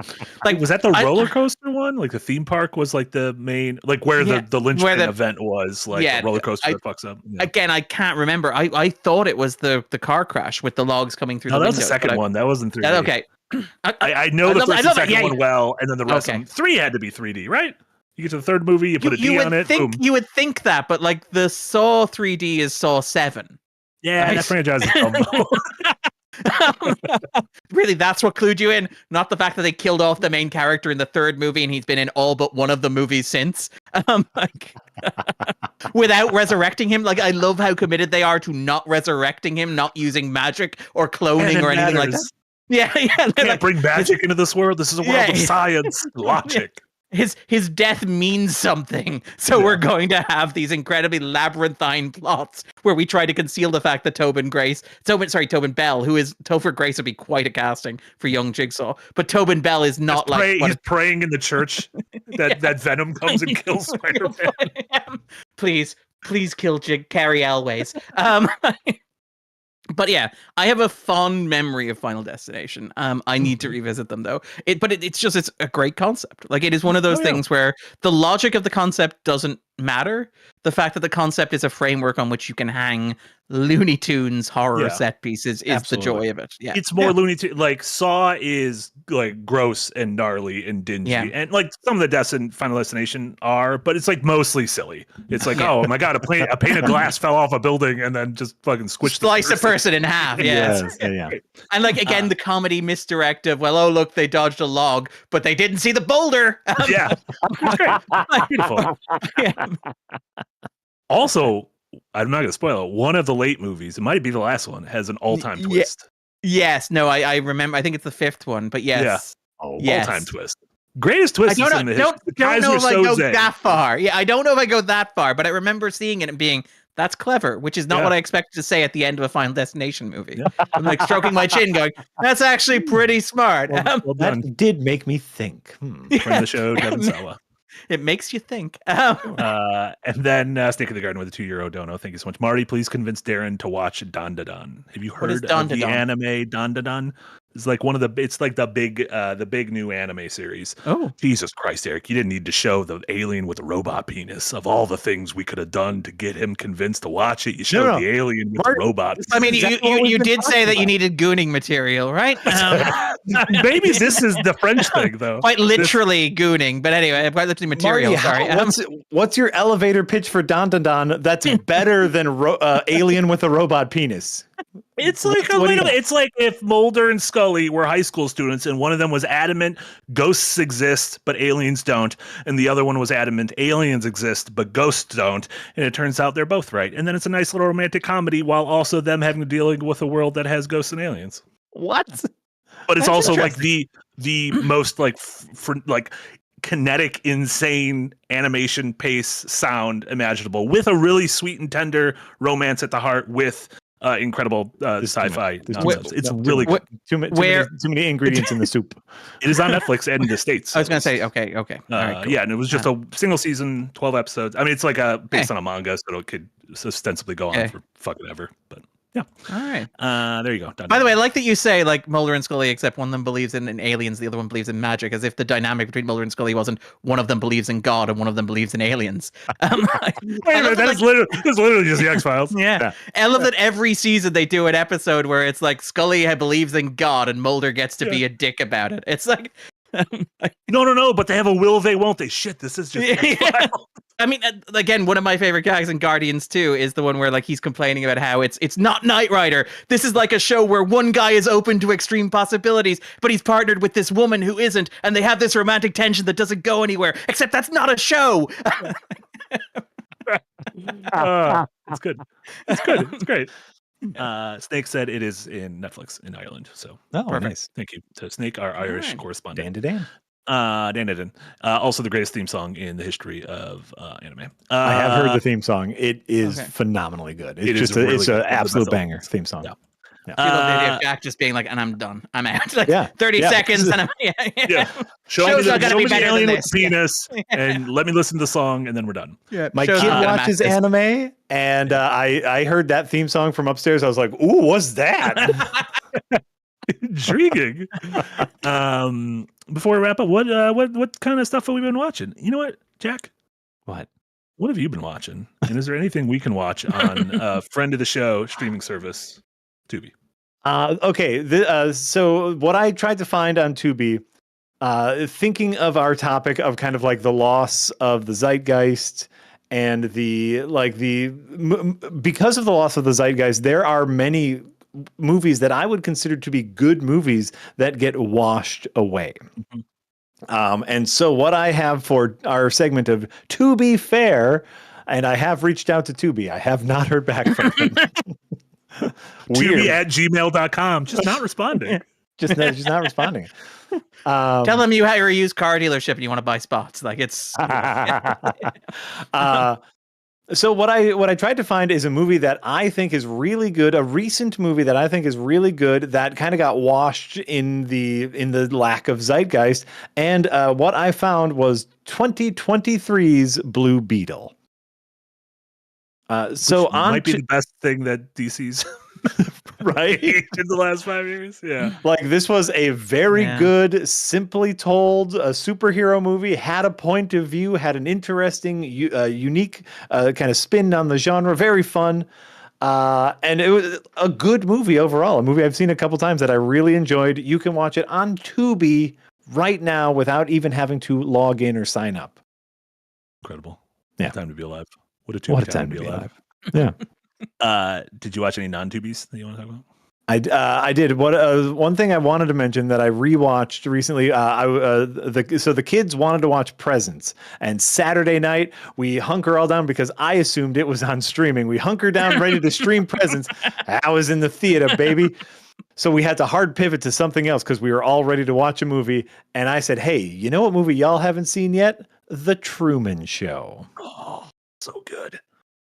And we, as a society, do not talk enough about how fucking good the Truman Show is.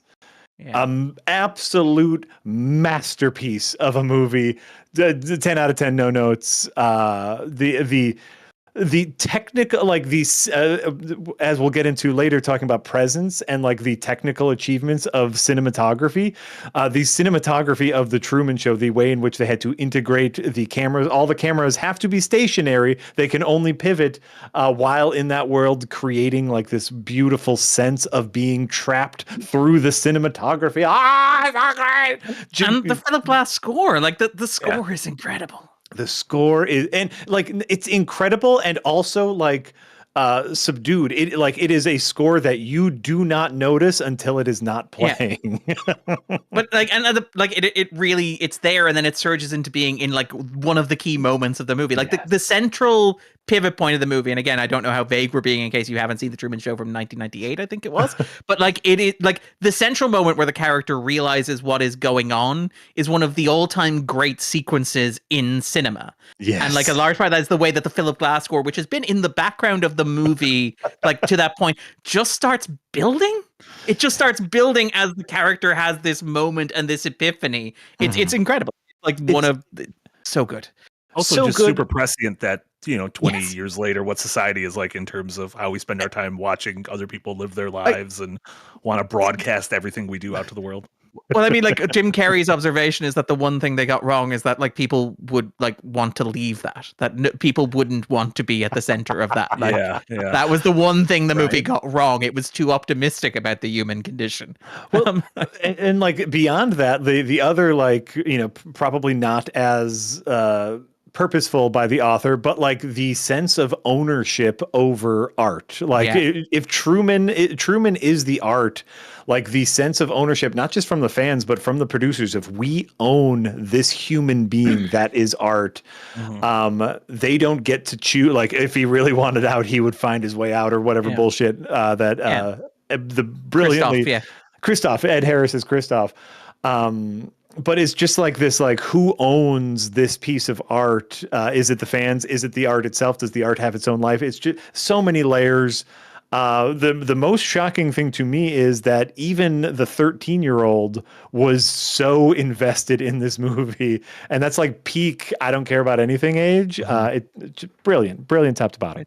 Yeah. Like one of the great movies about God as well. Like it is very very literally about the question of does God exist and what is your relationship to God. Right. Incredible. And also like what a shout out, tiny Paul Giamatti performance, which is just delightful. Like in my mind, I'm picturing a very small Paul Giamatti. I mean, like there was this period, little tiny bit of Paul, like an appalling amount of Paul. But like there was this moment in like the late 90s where like before Paul Giamatti was Paul Giamatti in Sideways or whatever, where he would pop up in like Spielberg's Saving Private Ryan. He has like the most Paul Giamatti moment where he's in like one scene and he accidentally sits down on a bench and knocks down a wall that exposes an army of Germans. And it's like somehow Steven Spielberg figured out Paul Giamatti's entire dramatic persona in the space of a single scene in like Saving Private Ryan. And there's a fair whack of this here where he's playing like technician number 2 and you're like, that is such a Paul Giamatti character. But like poignantly, like he has the little face turn similar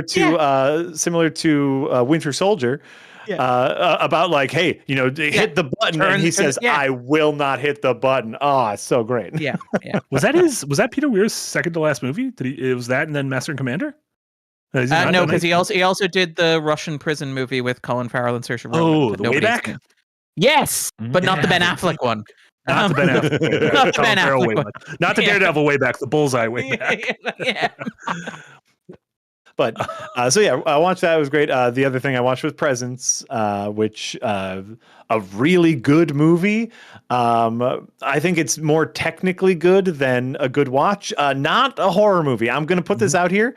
It is listed as a horror movie. I revoke that. It is 100% not. I don't care if it stars a ghost. It is not a horror movie. We got a movie starring a monkey, a movie starring a ghost. Oh yeah, there's Hollywood's like, what do you want? Like Hollywood's like, we're giving you everything except like movie stars and movie like star directors. It's like you want ghosts, you want monkeys, you want Captain's America, you want Red Hulks. We got Red Hulks for 4 minutes here. But like, yeah, it's a really good movie, a technical marvel. I have been searching wildly. I have not found any good interviews with Steven Soderbergh yet about like his process because he was also cinematographer on Presence. I just want to get inside his head and talk to him about the camera as a character, the thought process behind camera placement, the acting, obviously incredibly long, uncut scenes with the actors, incredibly technical, a great story. This is not a horror movie. This is a family drama that happens to have a ghost in it. well, there was another one recently that was very similar to that, where like it's classified as a horror, but it's like it's not really a horror. Again, this gets into the whole I hate it, the elevated horror discussion of like, how do you classify things? Does a horror have to be scary and stuff like that? And you end up going down like weird directions. Like I believe at the height of the pandemic and Pandemic Brain, The Guardian published an article saying that Alien wasn't a horror because horrors can't take place in space. And I'm like, look, it's the pandemic. Everybody's feeling a bit, you know, it's okay. I'm going to write that one off. You get one. Like, you know what? There wasn't a pandemic when 24 was the best movie of the year, though. Post 9/11, no one knew what the fuck was going on. But like the thing about Soderbergh, which is, and he's got Black Bag coming out with like Michael Fassbender and Cate Blanchett later this year as well. Like Steven Soderbergh is saving independent cinema. And like, but he's retired. He's technically retired. Like that's the thing. He made a big deal of announcing his retirement, and he makes more movies now than when he was not retired. It's like, yeah, sure, my job is making movies, but my hobby is making more movies. And it's like those movies aren't always great. Like I'll put my hands up and say, like, you know, Soderbergh movies don't always rank in my top 50 of the year or whatever. But generally speaking, they are ambitious and they are interesting. And they're clearly things that he is excited about and things that like really interest him as an artist. As you said, a ghost story from the point of view of the ghost. And it's like, there's no greater pitch. There is no greater pitch in movie history. Yeah. You know, and Black Bag, an adult, sexy spy thriller. Where have you been, Steven Soderbergh? We have needed you these past years. And again, like part of the larger tapestry of like weird like emphasis on like spy couple stuff that's been happening over the past years, like, you know, Mr. and Mrs. Smith at the Amazon series, Black Dove. Fassbender's already fucking doing it on Paramount Plus on The Agency. Like Fassbender's clearly like, I'm into this. This is my thing now. This is what I do. And it's like, just more of that. And it costs like, you know, probably cost like $10, and he shot it on a weekend between watching like entire seasons of Below Deck. Like $7 million, something like that. Like it was one of those like they're like it underperformed. Like it already made back its budget. What do you mean? Like and everybody had a good time making it. And like it really again. And are you familiar with his diary, Jack? He keeps a very detailed diary of everything that he watches, not just movies, but it'll be like entire seasons of like Below Deck, for example, the Great British Bake Off, the individual soccer matches and tennis matches that he watches. Like he just like notarizes everything that he watches. And like part of are you talking about Below Deck, the reality show about people who work on yachts? There is no floor and no ceiling to what that man. But then he'll be like, he'll go on his Criterion kicks, and that's like everything. Yeah, like it's so fascinating because he is such an open book. And again, we probably referenced this before. I can't remember the number, but he has a website that is like extension, and then it's 3 numbers, and you can Google it if you want. But it's like all these like things he does in his spare time to keep him occupied, where he will do things like edit the 2 versions of Psycho, Gus Van Sant's Psycho and Alfred Hitchcock's Psycho together, to like put them side by side and to flip from one scene to the other and like overlay particular scenes to show you how accurate it is. And it's incredible, and it's just something he does in his spare time. That is the best way to watch Gus Van Sant's Psycho, by the way, is to watch Steven Soderbergh's Psychos. But he'll do things like he'll remake Raiders of the Lost Ark as a black and white silent film, where he'll just edit it so it's in black and white and in a different aspect ratio and silent. And it's like, these are just things that he does to keep himself off. He's bored on a Saturday afternoon, and he's like, you know what? I always wondered what like Steven Spielberg's Raiders of the Lost Ark would look like if it were a silent film. And it's like, done. It's insane. It is. He might turn into my absolute favorite filmmaker now, not because of the films that he has made, but because of everything else. I love him so much, and I don't know if he'd be like one of my top 10 filmmakers, but I'm just like, this guy is a treasure. You should just protect him. And you mentioned one thing in an interview. He did an interview with, I think, The Big Picture a couple of weeks ago for Presence. That might be worth listening to. There you go. It's weird that there's Darren. Have you had a chance to see Nickel Boys? I have not. Okay, so it's weird. It is also very much a POV, movie shot POV of between 2 characters. and so long stretches of a point of view. Not Ghosts, decidedly not Ghosts. But it's just strange that 2 movies I've seen in the last like month were this. Yeah. Anything else, Jack? Those are the big ones. I guess like we can talk about the most interesting thing. The other movie I watched last week was the Guillermo del Toro produced animated feature about the Day of the Dead, the Mexican celebration. Channing Tatum. Yes, the Mexican celebration of the Day of the Dead, about a young boy who eschews family obligations because he wants to be a musician. That is not Coco. You're talking about Coco. Oh, you're not talking about Coco. I'm talking about the movie that came out 3 years before Coco, The Book of Life. Yeah. This is the one that when I describe it, people think I'm insane. They think like I hallucinate or like I stepped through some sort of weird hole from a parallel universe where like DreamWorks made Coco. But yeah, like that movie exists. It is real. It's real. It's real. And it's not the greatest movie ever, but it's not terrible. And to me, like the fun thing about that is as my children get older and I share more and more of, my passion of movies and video games with them, that the Book of Life was a great conversation starter about a movie that's not great and not terrible. And guess what? A bad movie can have good parts and a good movie can have bad parts. And like one of the reasons why a lot of people probably don't talk about the Book of Life is because it is nuanced. It has these really amazing things to it, like a unique art style, something that is visually striking and not just bland, generic 3D, but it also has some bad stuff to it about like over explaining the plot and over voiceover. It has the star of the movie doing a mariachi version of Creep by Radiohead, which me as a tiny emo boy is cringing at, but makes sense within the world of the movie. And so to me, the movie is like, but it was a wonderful conversation about the nuance of criticism. And that's all I got out of it. I love that one. Yeah. I like that one a lot. It wasn't Coco, but it was really good. No. But Coco didn't exist yet. That's the thing. Like, this is why I was so like stunned when Coco came out, and I was like the only person who's like, this reminds me of that DreamWorks movie. And everyone's like, what DreamWorks movie? And I'm like, okay. Most importantly, this came out 3 years before Coco. Like the animators probably watched this movie again about the main character eschewing his family tradition to be a musician. And DreamWorks didn't once try to copyright The Day of the Dead.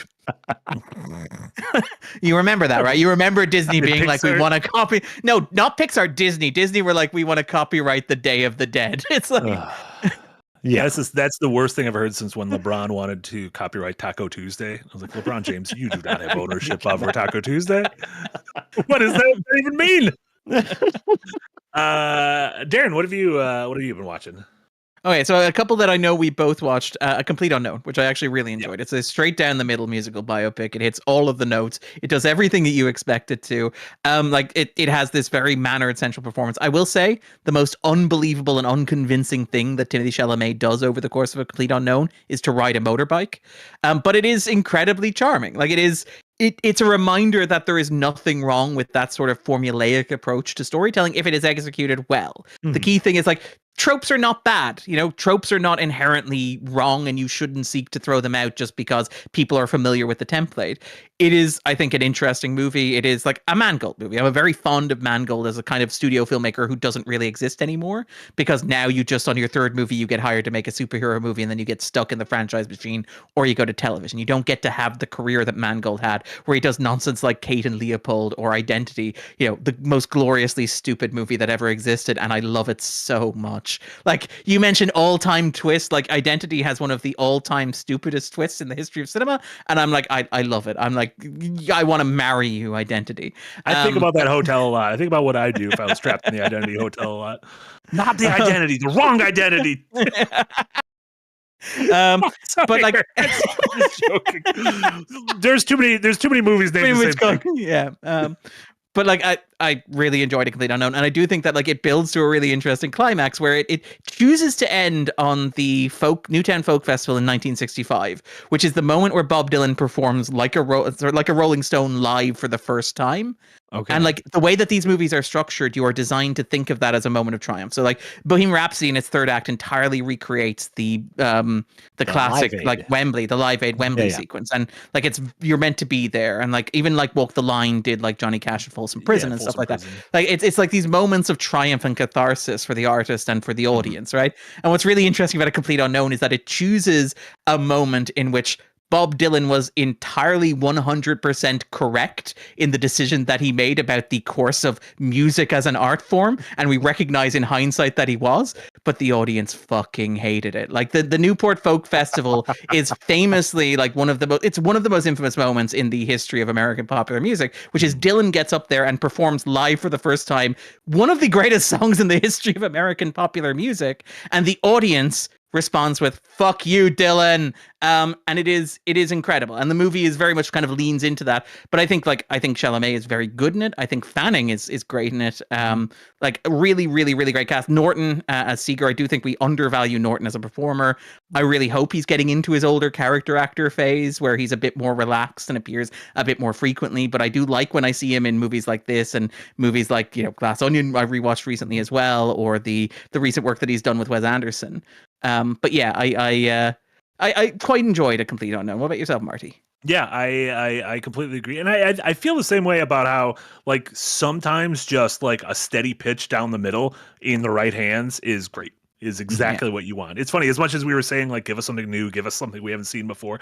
At the same time, if you're going to do it well, you can tread familiar ground. And that's what happens when you have someone like Mangold at the helm and you have that cast. You mentioned Monica Barbaro, incredible. And as Joan Baez, as Joan Baez, nominated for I think supporting actress. And really great. And it's also Bob Dylan's life is so fascinating because I feel like you could have picked like any chunk and been like we could have made a completely different movie, which I guess that's what Todd Haynes does with like I'm not here.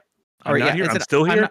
No, I'm Still Here is the Brazilian movie that's nominated for the Oscar. Am I here? What's going on here? Question marks. Yeah. What's going on here? Really liked it. Could have used a monkey. That's true. If Chalamet had been replaced with a CGI monkey. It might be because I just like Dylan more than the rest of the most biopic musicians, but I like this definitely more than Bohemian Rhapsody, but more than Rocket Man I liked enough, but I definitely preferred this. It's no Doors, but I do love that like Mangold's like I'm all in on Cash. It's like Boyd Holbrook, my Boyd is gonna be. I'm all in on Cash and Boyd. Those are my two things. I love it. And BD. So we both saw Wolfman, and I think we both did not care for Wolfman, to put it frankly. It is a movie that feels like it is three separate movies stitched together, where like one of them is just doing The Invisible Man again. Like, I don't understand why Lee Wannell was like, I made The Invisible Man this great meditation on like toxic masculinity and like what it's like to be a woman who loves a man who is like horribly toxic. And I'm going to follow that by making, let me check notes here, The Wolfman. A movie property that is like quite literally about what it is to be a toxic man. And like, so one of the three movies that it is this Julia Garner study of like a woman watching her husband transform into something that she does not recognize and is monstrous and abusive and violent. And it feels like Wannell is like, wait, he got like halfway through film. It's like, whoa. Can't repeat myself. So he goes, okay, we're going to cut as much of that out as possible. We're going to replace it with two separate strands. One of those strands is going to be daddy issues, which is the thing that is common to all Wolfman movies, is the idea of like, you go home to this place, this estate that your family owns, and you deal with the ghost of your father, whether literally or metaphorically. And by the way, it turns out that your dad puts something that is part of you that is toxic and horrible and grotesque and maybe expresses as a Wolfman-esque metaphor. And that part of the movie is like incredibly boring and incredibly rote and has been done so many times before, so much better and given so much space. And then the final third of the movie is the third that is actually interesting, which is this idea of the process of transformation and the idea of the Wolfman as a metaphor for what it is to be in like a relationship that is falling apart, where you no longer see the person you are with as the person that you love, where you lose the ability to communicate with them, where you can't speak to them and they can't hear you. And like, it's relayed through these wonderful visuals that Wannell has. But the problem is that like this is the most artsy part of the movie, and you can't do that artsy part with the two formulaic, boring parts. And so every time the movie goes into that interesting space where the characters are struggling to communicate to one another, it has to transition out of it with like the most horrible exposition you have ever heard. Like the first time that happens where he's looking at her and her face is beginning to change and her voice is beginning to drop because it's he's transforming into the Wolfman. He can't relate to her as a human. You cut from that to her on the radio going, something's happening to my husband. I can't understand him anymore. And I don't think he understands me. And I'm like, that was the metaphor. You don't need to say the metaphor. You do the metaphor, so you don't need to say it. And like the problem is the Wolfman is just, it's those three movies locked in conflict with one another. And every time it lands on a part that's good, it immediately swerves to another part that's bad. And it's just really frustrating. It is really, really, really frustrating.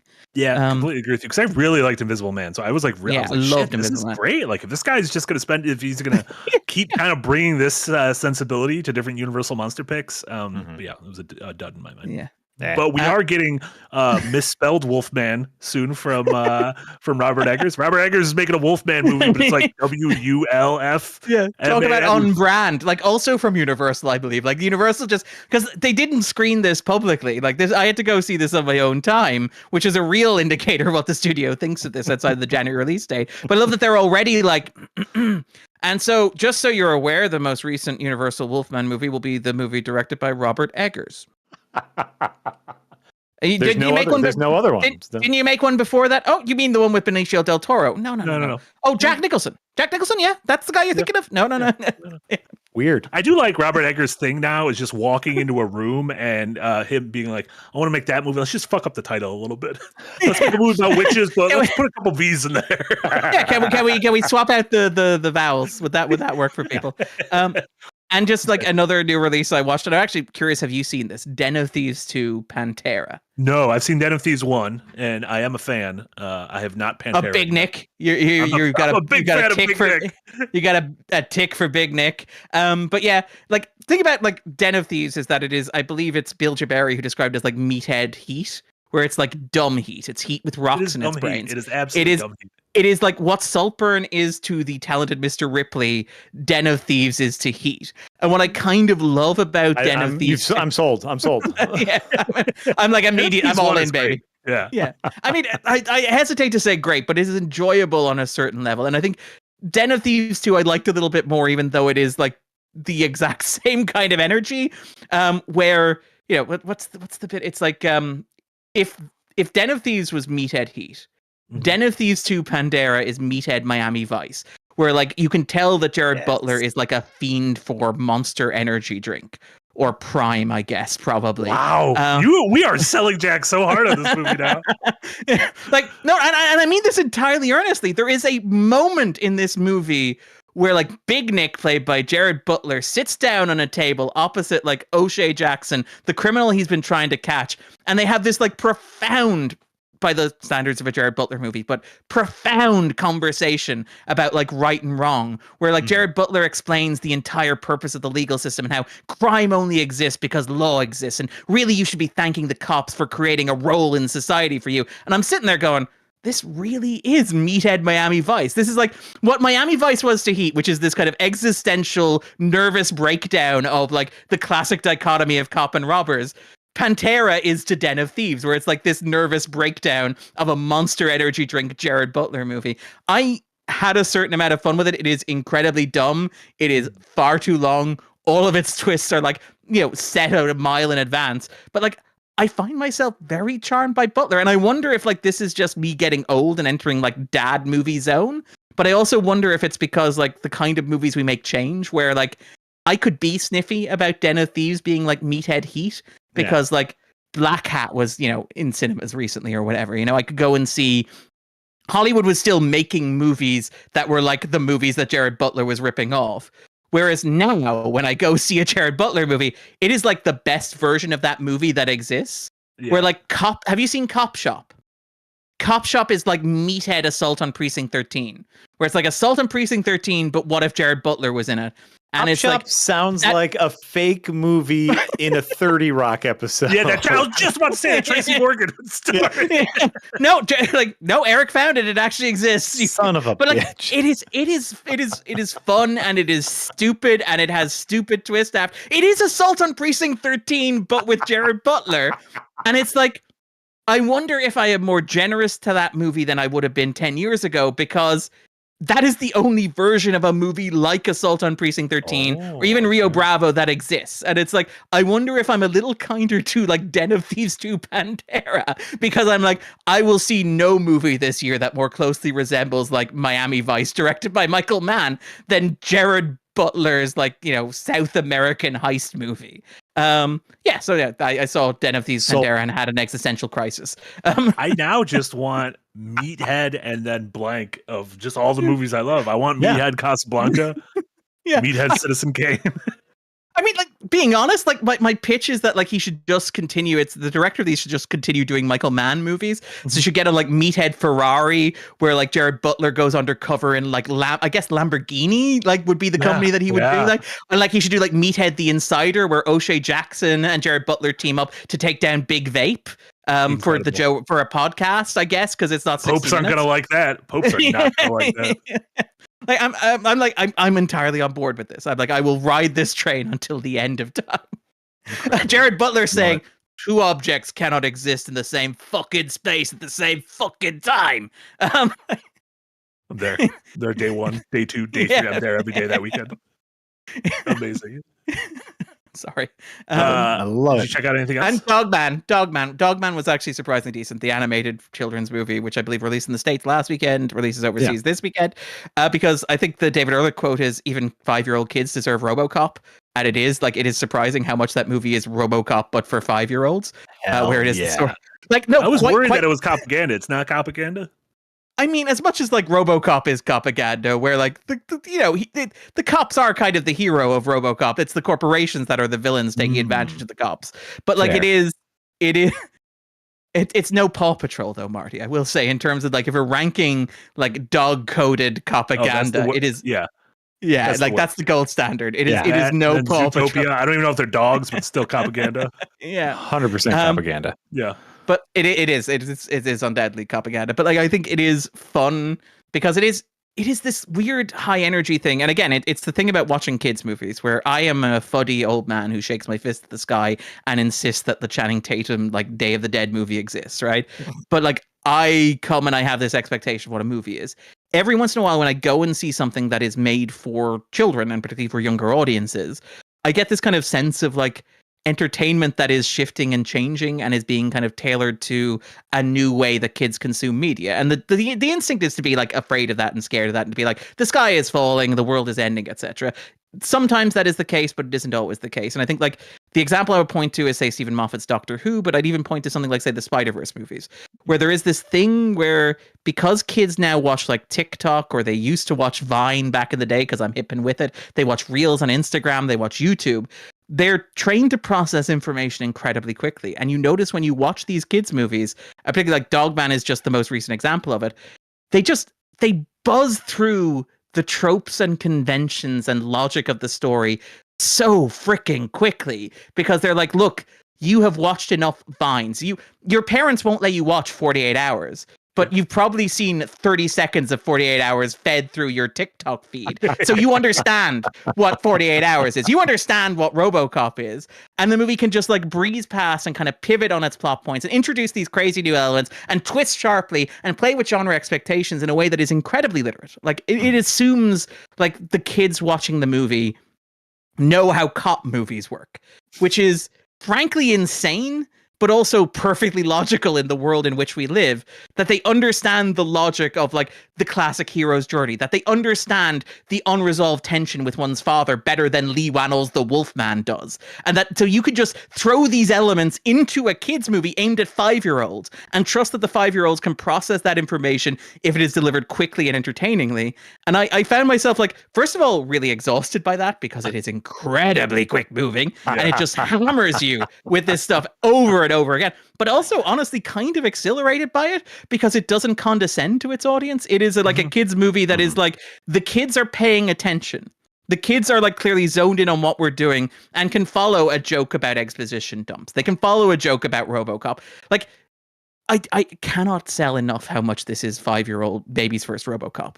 Like, literally after Dogman, who is a man who has a dog's head sewn in his body after a freak accident involving a bomb, after he is released from surgery, he goes back to his old family home and he wanders through it empty to discover that the family have moved on and left him behind. And I'm like, Jesus fucking Christ. This is a movie for 5-year-olds. No, but yeah, by the way, all of Dave Pilkey is, I believe, the name of the author of the original books, same author of Captain Underpants. That's right. Ook and Gluck, for all you Pilkey heads out there. These are the books that I have read to my children 100 times. The Captain Underpants books, the Dogman books, Ook and Gluck. Dave Pilkey has always been the very zenith of those authors that will just be funny, tell a good story, and not punch down to the lowest common denominator. Yeah. As a parent who has read a zillion books that make me roll my eyes, I always looked forward to the new Pilkey penned masterpiece. Like, it's fun and it's playful. I had a good time with it, which is not true of all child-friendly movies, with all due respect to the Purple Crayon. You don't need that movie any respect. The movie didn't respect itself, and that means you don't have to respect it. Exactly. Fair. That's great. Anything else? Just very quickly in terms of other stuff I've watched. I rewatched Glass Onion yesterday because it felt oddly timely to watch a movie about how the people who are like disrupting the entire system of the world are morons. And it has aged remarkably well. I watched A Real Pain, which is the Jesse Eisenberg movie. I think I mentioned it before. Just tremendous. Really, really loved it. Rewatched Jesse it. Eisenberg and Kieran Culkin. Culkin taking home the Best Supporting Actor Oscar. Just like a beautiful, moving, thoughtful study of like grief and trauma and guilt and the way in which like we understand pain as an abstract concept, which I found just like really moving and really thoughtful and really sincere. And then I also watched The Last Stop in Yuma County, which is an indie movie from I think 2 years ago, starring Jim Cummings, which is basically it's about a hostage situation in Yuma County, as the title implies, in which 2 bank robbers hold up a diner, and naturally it goes horribly wrong. I had a good time with this movie. It's obviously a very low budget indie movie. Cummings is like obviously one of the indie darlings at the moment. He's honestly really wonderful, really great. If you get a chance to see like The Wolf of Thunder Snow Road. Yes, both of those. Yeah. But I think in particular, like he's incredible in those. And like the biggest problem with like The Last Stop in Yuma County is that like, and this is a very strange thing to say about an actor that like I'm fairly sure 90% of the people watching this have never heard of, but it's that like casting Jim Cummings kind of plays the movie's hand a little bit early, where like he plays a knife salesman who arrives in the diner as the hostage crisis is unfolding. And I'm having fun watching the hostage crisis. It's fun and it's playful, but I'm looking at Jim Cummings and going, you're the star of this movie and your character is going to turn out to be a Jim Cummings-esque character. And I'm just waiting for the moment when that happens. Like I know watching this movie that there's going to come a point where you are going to have some sort of crisis of masculinity with terrifying results for everybody around you. And I'm just waiting for that spring that is being coiled to kind of like unlock and release. And I think like that is the biggest problem with the movie, is that like it gets there and it gets there in the final half hour and it is incredibly satisfying when it does. But it does have this like discombobulating effect of watching a movie with a bunch of other indie actors and going, yeah, but the one I recognize here outside of the guy who killed Bruce Wayne's parents in Batman Begins, he is the star. And to be clear, we are not talking about Jim Cummings, the voice of Tigger. There's another actor named Jim Cummings who is the Disney popular voice actor who is the voice of Tigger in Winnie the Pooh. But I mean, I did say he was coiled like a spring. I was just waiting for him to go off. But like, I had a good time with it, and it's a nice little indie movie. But it did suffer. It's weird to be like, and we talked about like the absence of movie stars. It is weird to be this indie actor I know his shtick that he does so well, and I know why you cast him. That I'm like, I looked at the movie and was able to see where it was going. I was waiting for it to go there. Where we don't have stars like that anymore. Like, I can't look at a Chris Evans movie and go, it's got Chris Evans in it. I know what he's going to do in the movie. Yeah. Like in the same way you would with Tom Hanks, or you would with Denzel, or you would even with Tom Cruise, you know? Yeah, that is interesting. What I'm saying is Jim Cummings is our last movie star. That's obviously what I'm saying. Yeah. Hooray! We must protect Tig. Hooray! We did it. We found the last movie. We found the last movie. So it turns out what we said at the beginning about there being no zeitgeist and no center of pop culture was a lie, because it's Jim Cummings. It's at the last stop in Yuma County, the masterpiece. Everybody's talking about it, right? It's like I will say, good. I had a good time with it. Like, it's a nice little indie movie. It is like I don't want to sound like I'm shitting on it. It was a good little indie movie. There he is. There he is, right there. On the road, losing his goddamn mind. We'll also say the only director who has ever like actively given me a screener of his movies as well. So he seems like a pretty cool dude. Yeah. Look at that. I was trying to make a Cummings joke and I couldn't. I was trying to think of something like the Go. Don't worry, it'll arrive. It'll arrive. Don't worry, Marty. It happens to a lot of guys. Son of a bitch. We're better. Done. That's better. This is the end of the episode. We're done. This is the end of the episode. That's gonna do it for us this week. Another episode of the Rewind in the books. Jack, what do you have going on? What should people check out in your neck of the woods? Oh wait, really quick before that, we had a snake in the garden. Not like we don't have a snake in my garden. There's so many snakes in my garden and I don't know what to do. Snake in the Garden with €2 said a Jim Carrey pod special when Lemony Snicket's so good. I don't know if I agree Lemony Snicket's so good, but I do like Jim Carrey. I think they did it better in the Netflix.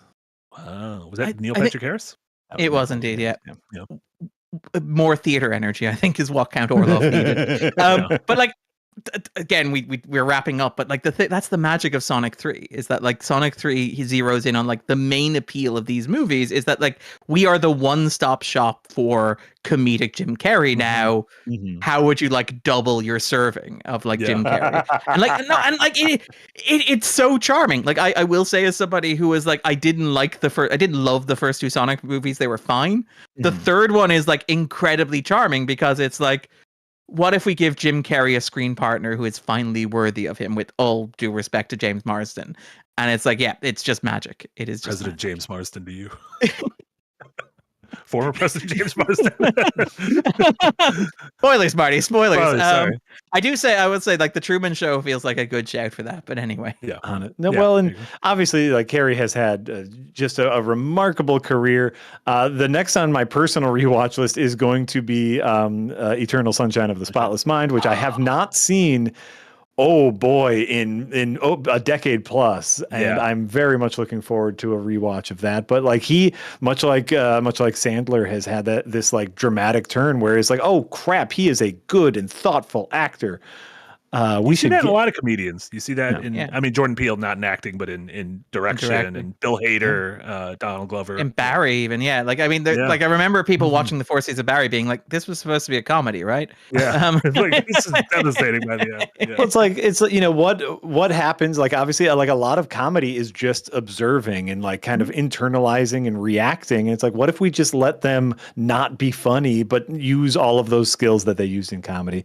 Great. I mean, like even Williams in like Dead Poets Society and Good Will Hunting and stuff like that. You know, like I mean, like there is this incredible. Robin Williams, not Robbie Williams. Yes, the one who isn't an ape.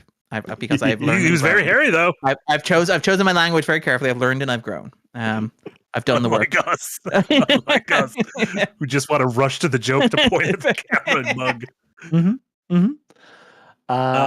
Okay, so this week, Thursday evening, over on the Twitch channel, a Twitch exclusive, I'm going to join Jesse Galina for some RPG help desk. We're both dungeon masters, game masters, and so we're just going to talk about tabletop role-playing games and helping folks with their dungeon mastering issues. Yeah, I believe that's 3:30 Central on Thursday.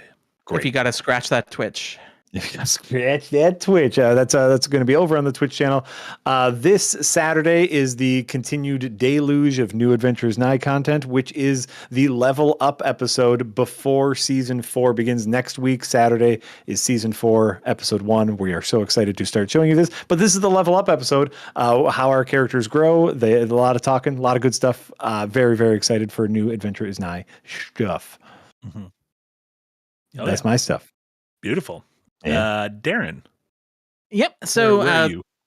I'm on the Patreon doing 3 columns a week, which is great. One of which talking about Paradise. So, after Jack has gone away and processed the first episode of Paradise, I will watch that before the next episode. It's on Hulu. We could do it. We could talk Paradise. It is indeed. I mean, I think we need to talk particularly about like the song choices. Like, I feel like the song choices are their own half-hour discussion.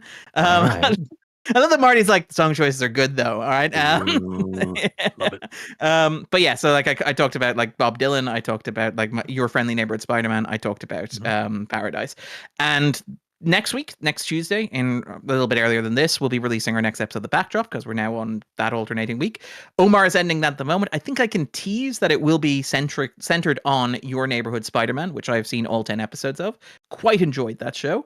And we will be talking about the way in which that exists in conversation with the Marvel Cinematic Universe depiction of Peter Parker as Spider-Man, where it is a show that is kind of very much about like engaging with the modern idea of Spider-Man and connecting with the character's historic roots as created by Stan Lee and Steve Ditko. I hope it's a good one. Omar's ending it. It's going to be a fantastic one. I'm really looking forward to that one. Yeah, no, it is. I say it before, but like whenever Jesse and Omar like send back, I'm like, yeah, you guys know what you're fucking doing. It's like it's like you get like, because we do like we write and do voiceover, and then you send it to them, and then it's like watching it for the first time. Like, man. Yeah. Like I hate shouting out like work that I'm involved in, because it makes it sound very like narcissistic. But like last week when we did the Star Wars episode, like Jesse inserted like a Star Mac and me joke, and I'm like, that is just perfect. That's just like fantastic. That is incredible. Yeah. It was a beautiful little Mac and me joke. But yeah, so yeah, that's what I'm at. And then obviously I'll be doing 3 this weekend. I have no idea what I'm going to do. Again, we're in Dumpuary. This is the thing where it's like, I'm going to have to dig it. I'm going to write about the fucking Truman Show this weekend or something. That's going to be what I'm going to do. Rewatch it. It seems like you got some thoughts on Gerard Butler as well. I'm just saying. Poke me in the direction, yeah. I'm just saying. Our meathead Shakespeare. That's kind of beautiful. I love that. Or meathead Shakespeare. I feel like it could be misconstrued as an insult, though, is the problem. Yeah. When I mean it sincerely, when I mean it like, when I would love to shake that meathead Shakespeare's hand and just be in his presence, I feel like he would bash me over the head with a Prime Energy drink. I mean, Jack might be doing that soon. So you better watch it's a better use. It is a better use of Prime Energy drink. I'm coming down now from my 1/3 a bottle of Prime. You're Prime crashing hard. You know what could help you? Hard. Just another third of a bottle. Then on the streaming my front, hand's not shaking. The rest of my body is. I'm vibrating through the walls. In about 35 minutes, we have another stream here on YouTube and Twitch. Nick will be streaming alongside Jenna. They'll be doing some Kingdom Come Deliverance. What? That game came out. Kingdom Come Deliverance 2. That game came out today. It's a big deal, apparently. I think Nick really liked it. Nick really likes it. And tomorrow, we can find out if Yahtzee really liked it. Interesting. We'll see if that happened. And then all the normal streams for the rest of the week. Yahtzee Tries, Firelink. You guys got Liza P, right, as well on Liza P on Thursday, absolutely. Great. More Super Metroid Thursday evening. And then a special episode of Dev Heads should be set for Friday at noon. Ooh. So I think we could talk more about that soon. But yeah, there you go. Great. So for Darren and Jack and Eric, this was Marty. This was Rewind episode number 14. Thank you all so much, everyone who tuned in live on YouTube, everyone who listens on your podcast service of choice, and especially to our incredible patrons. We appreciate you allowing us to do this silly stuff. We'll see you all later. Have a great rest of the day. Bye, everyone. Bye, everyone. Bye, guys. Bye, everyone. Bye.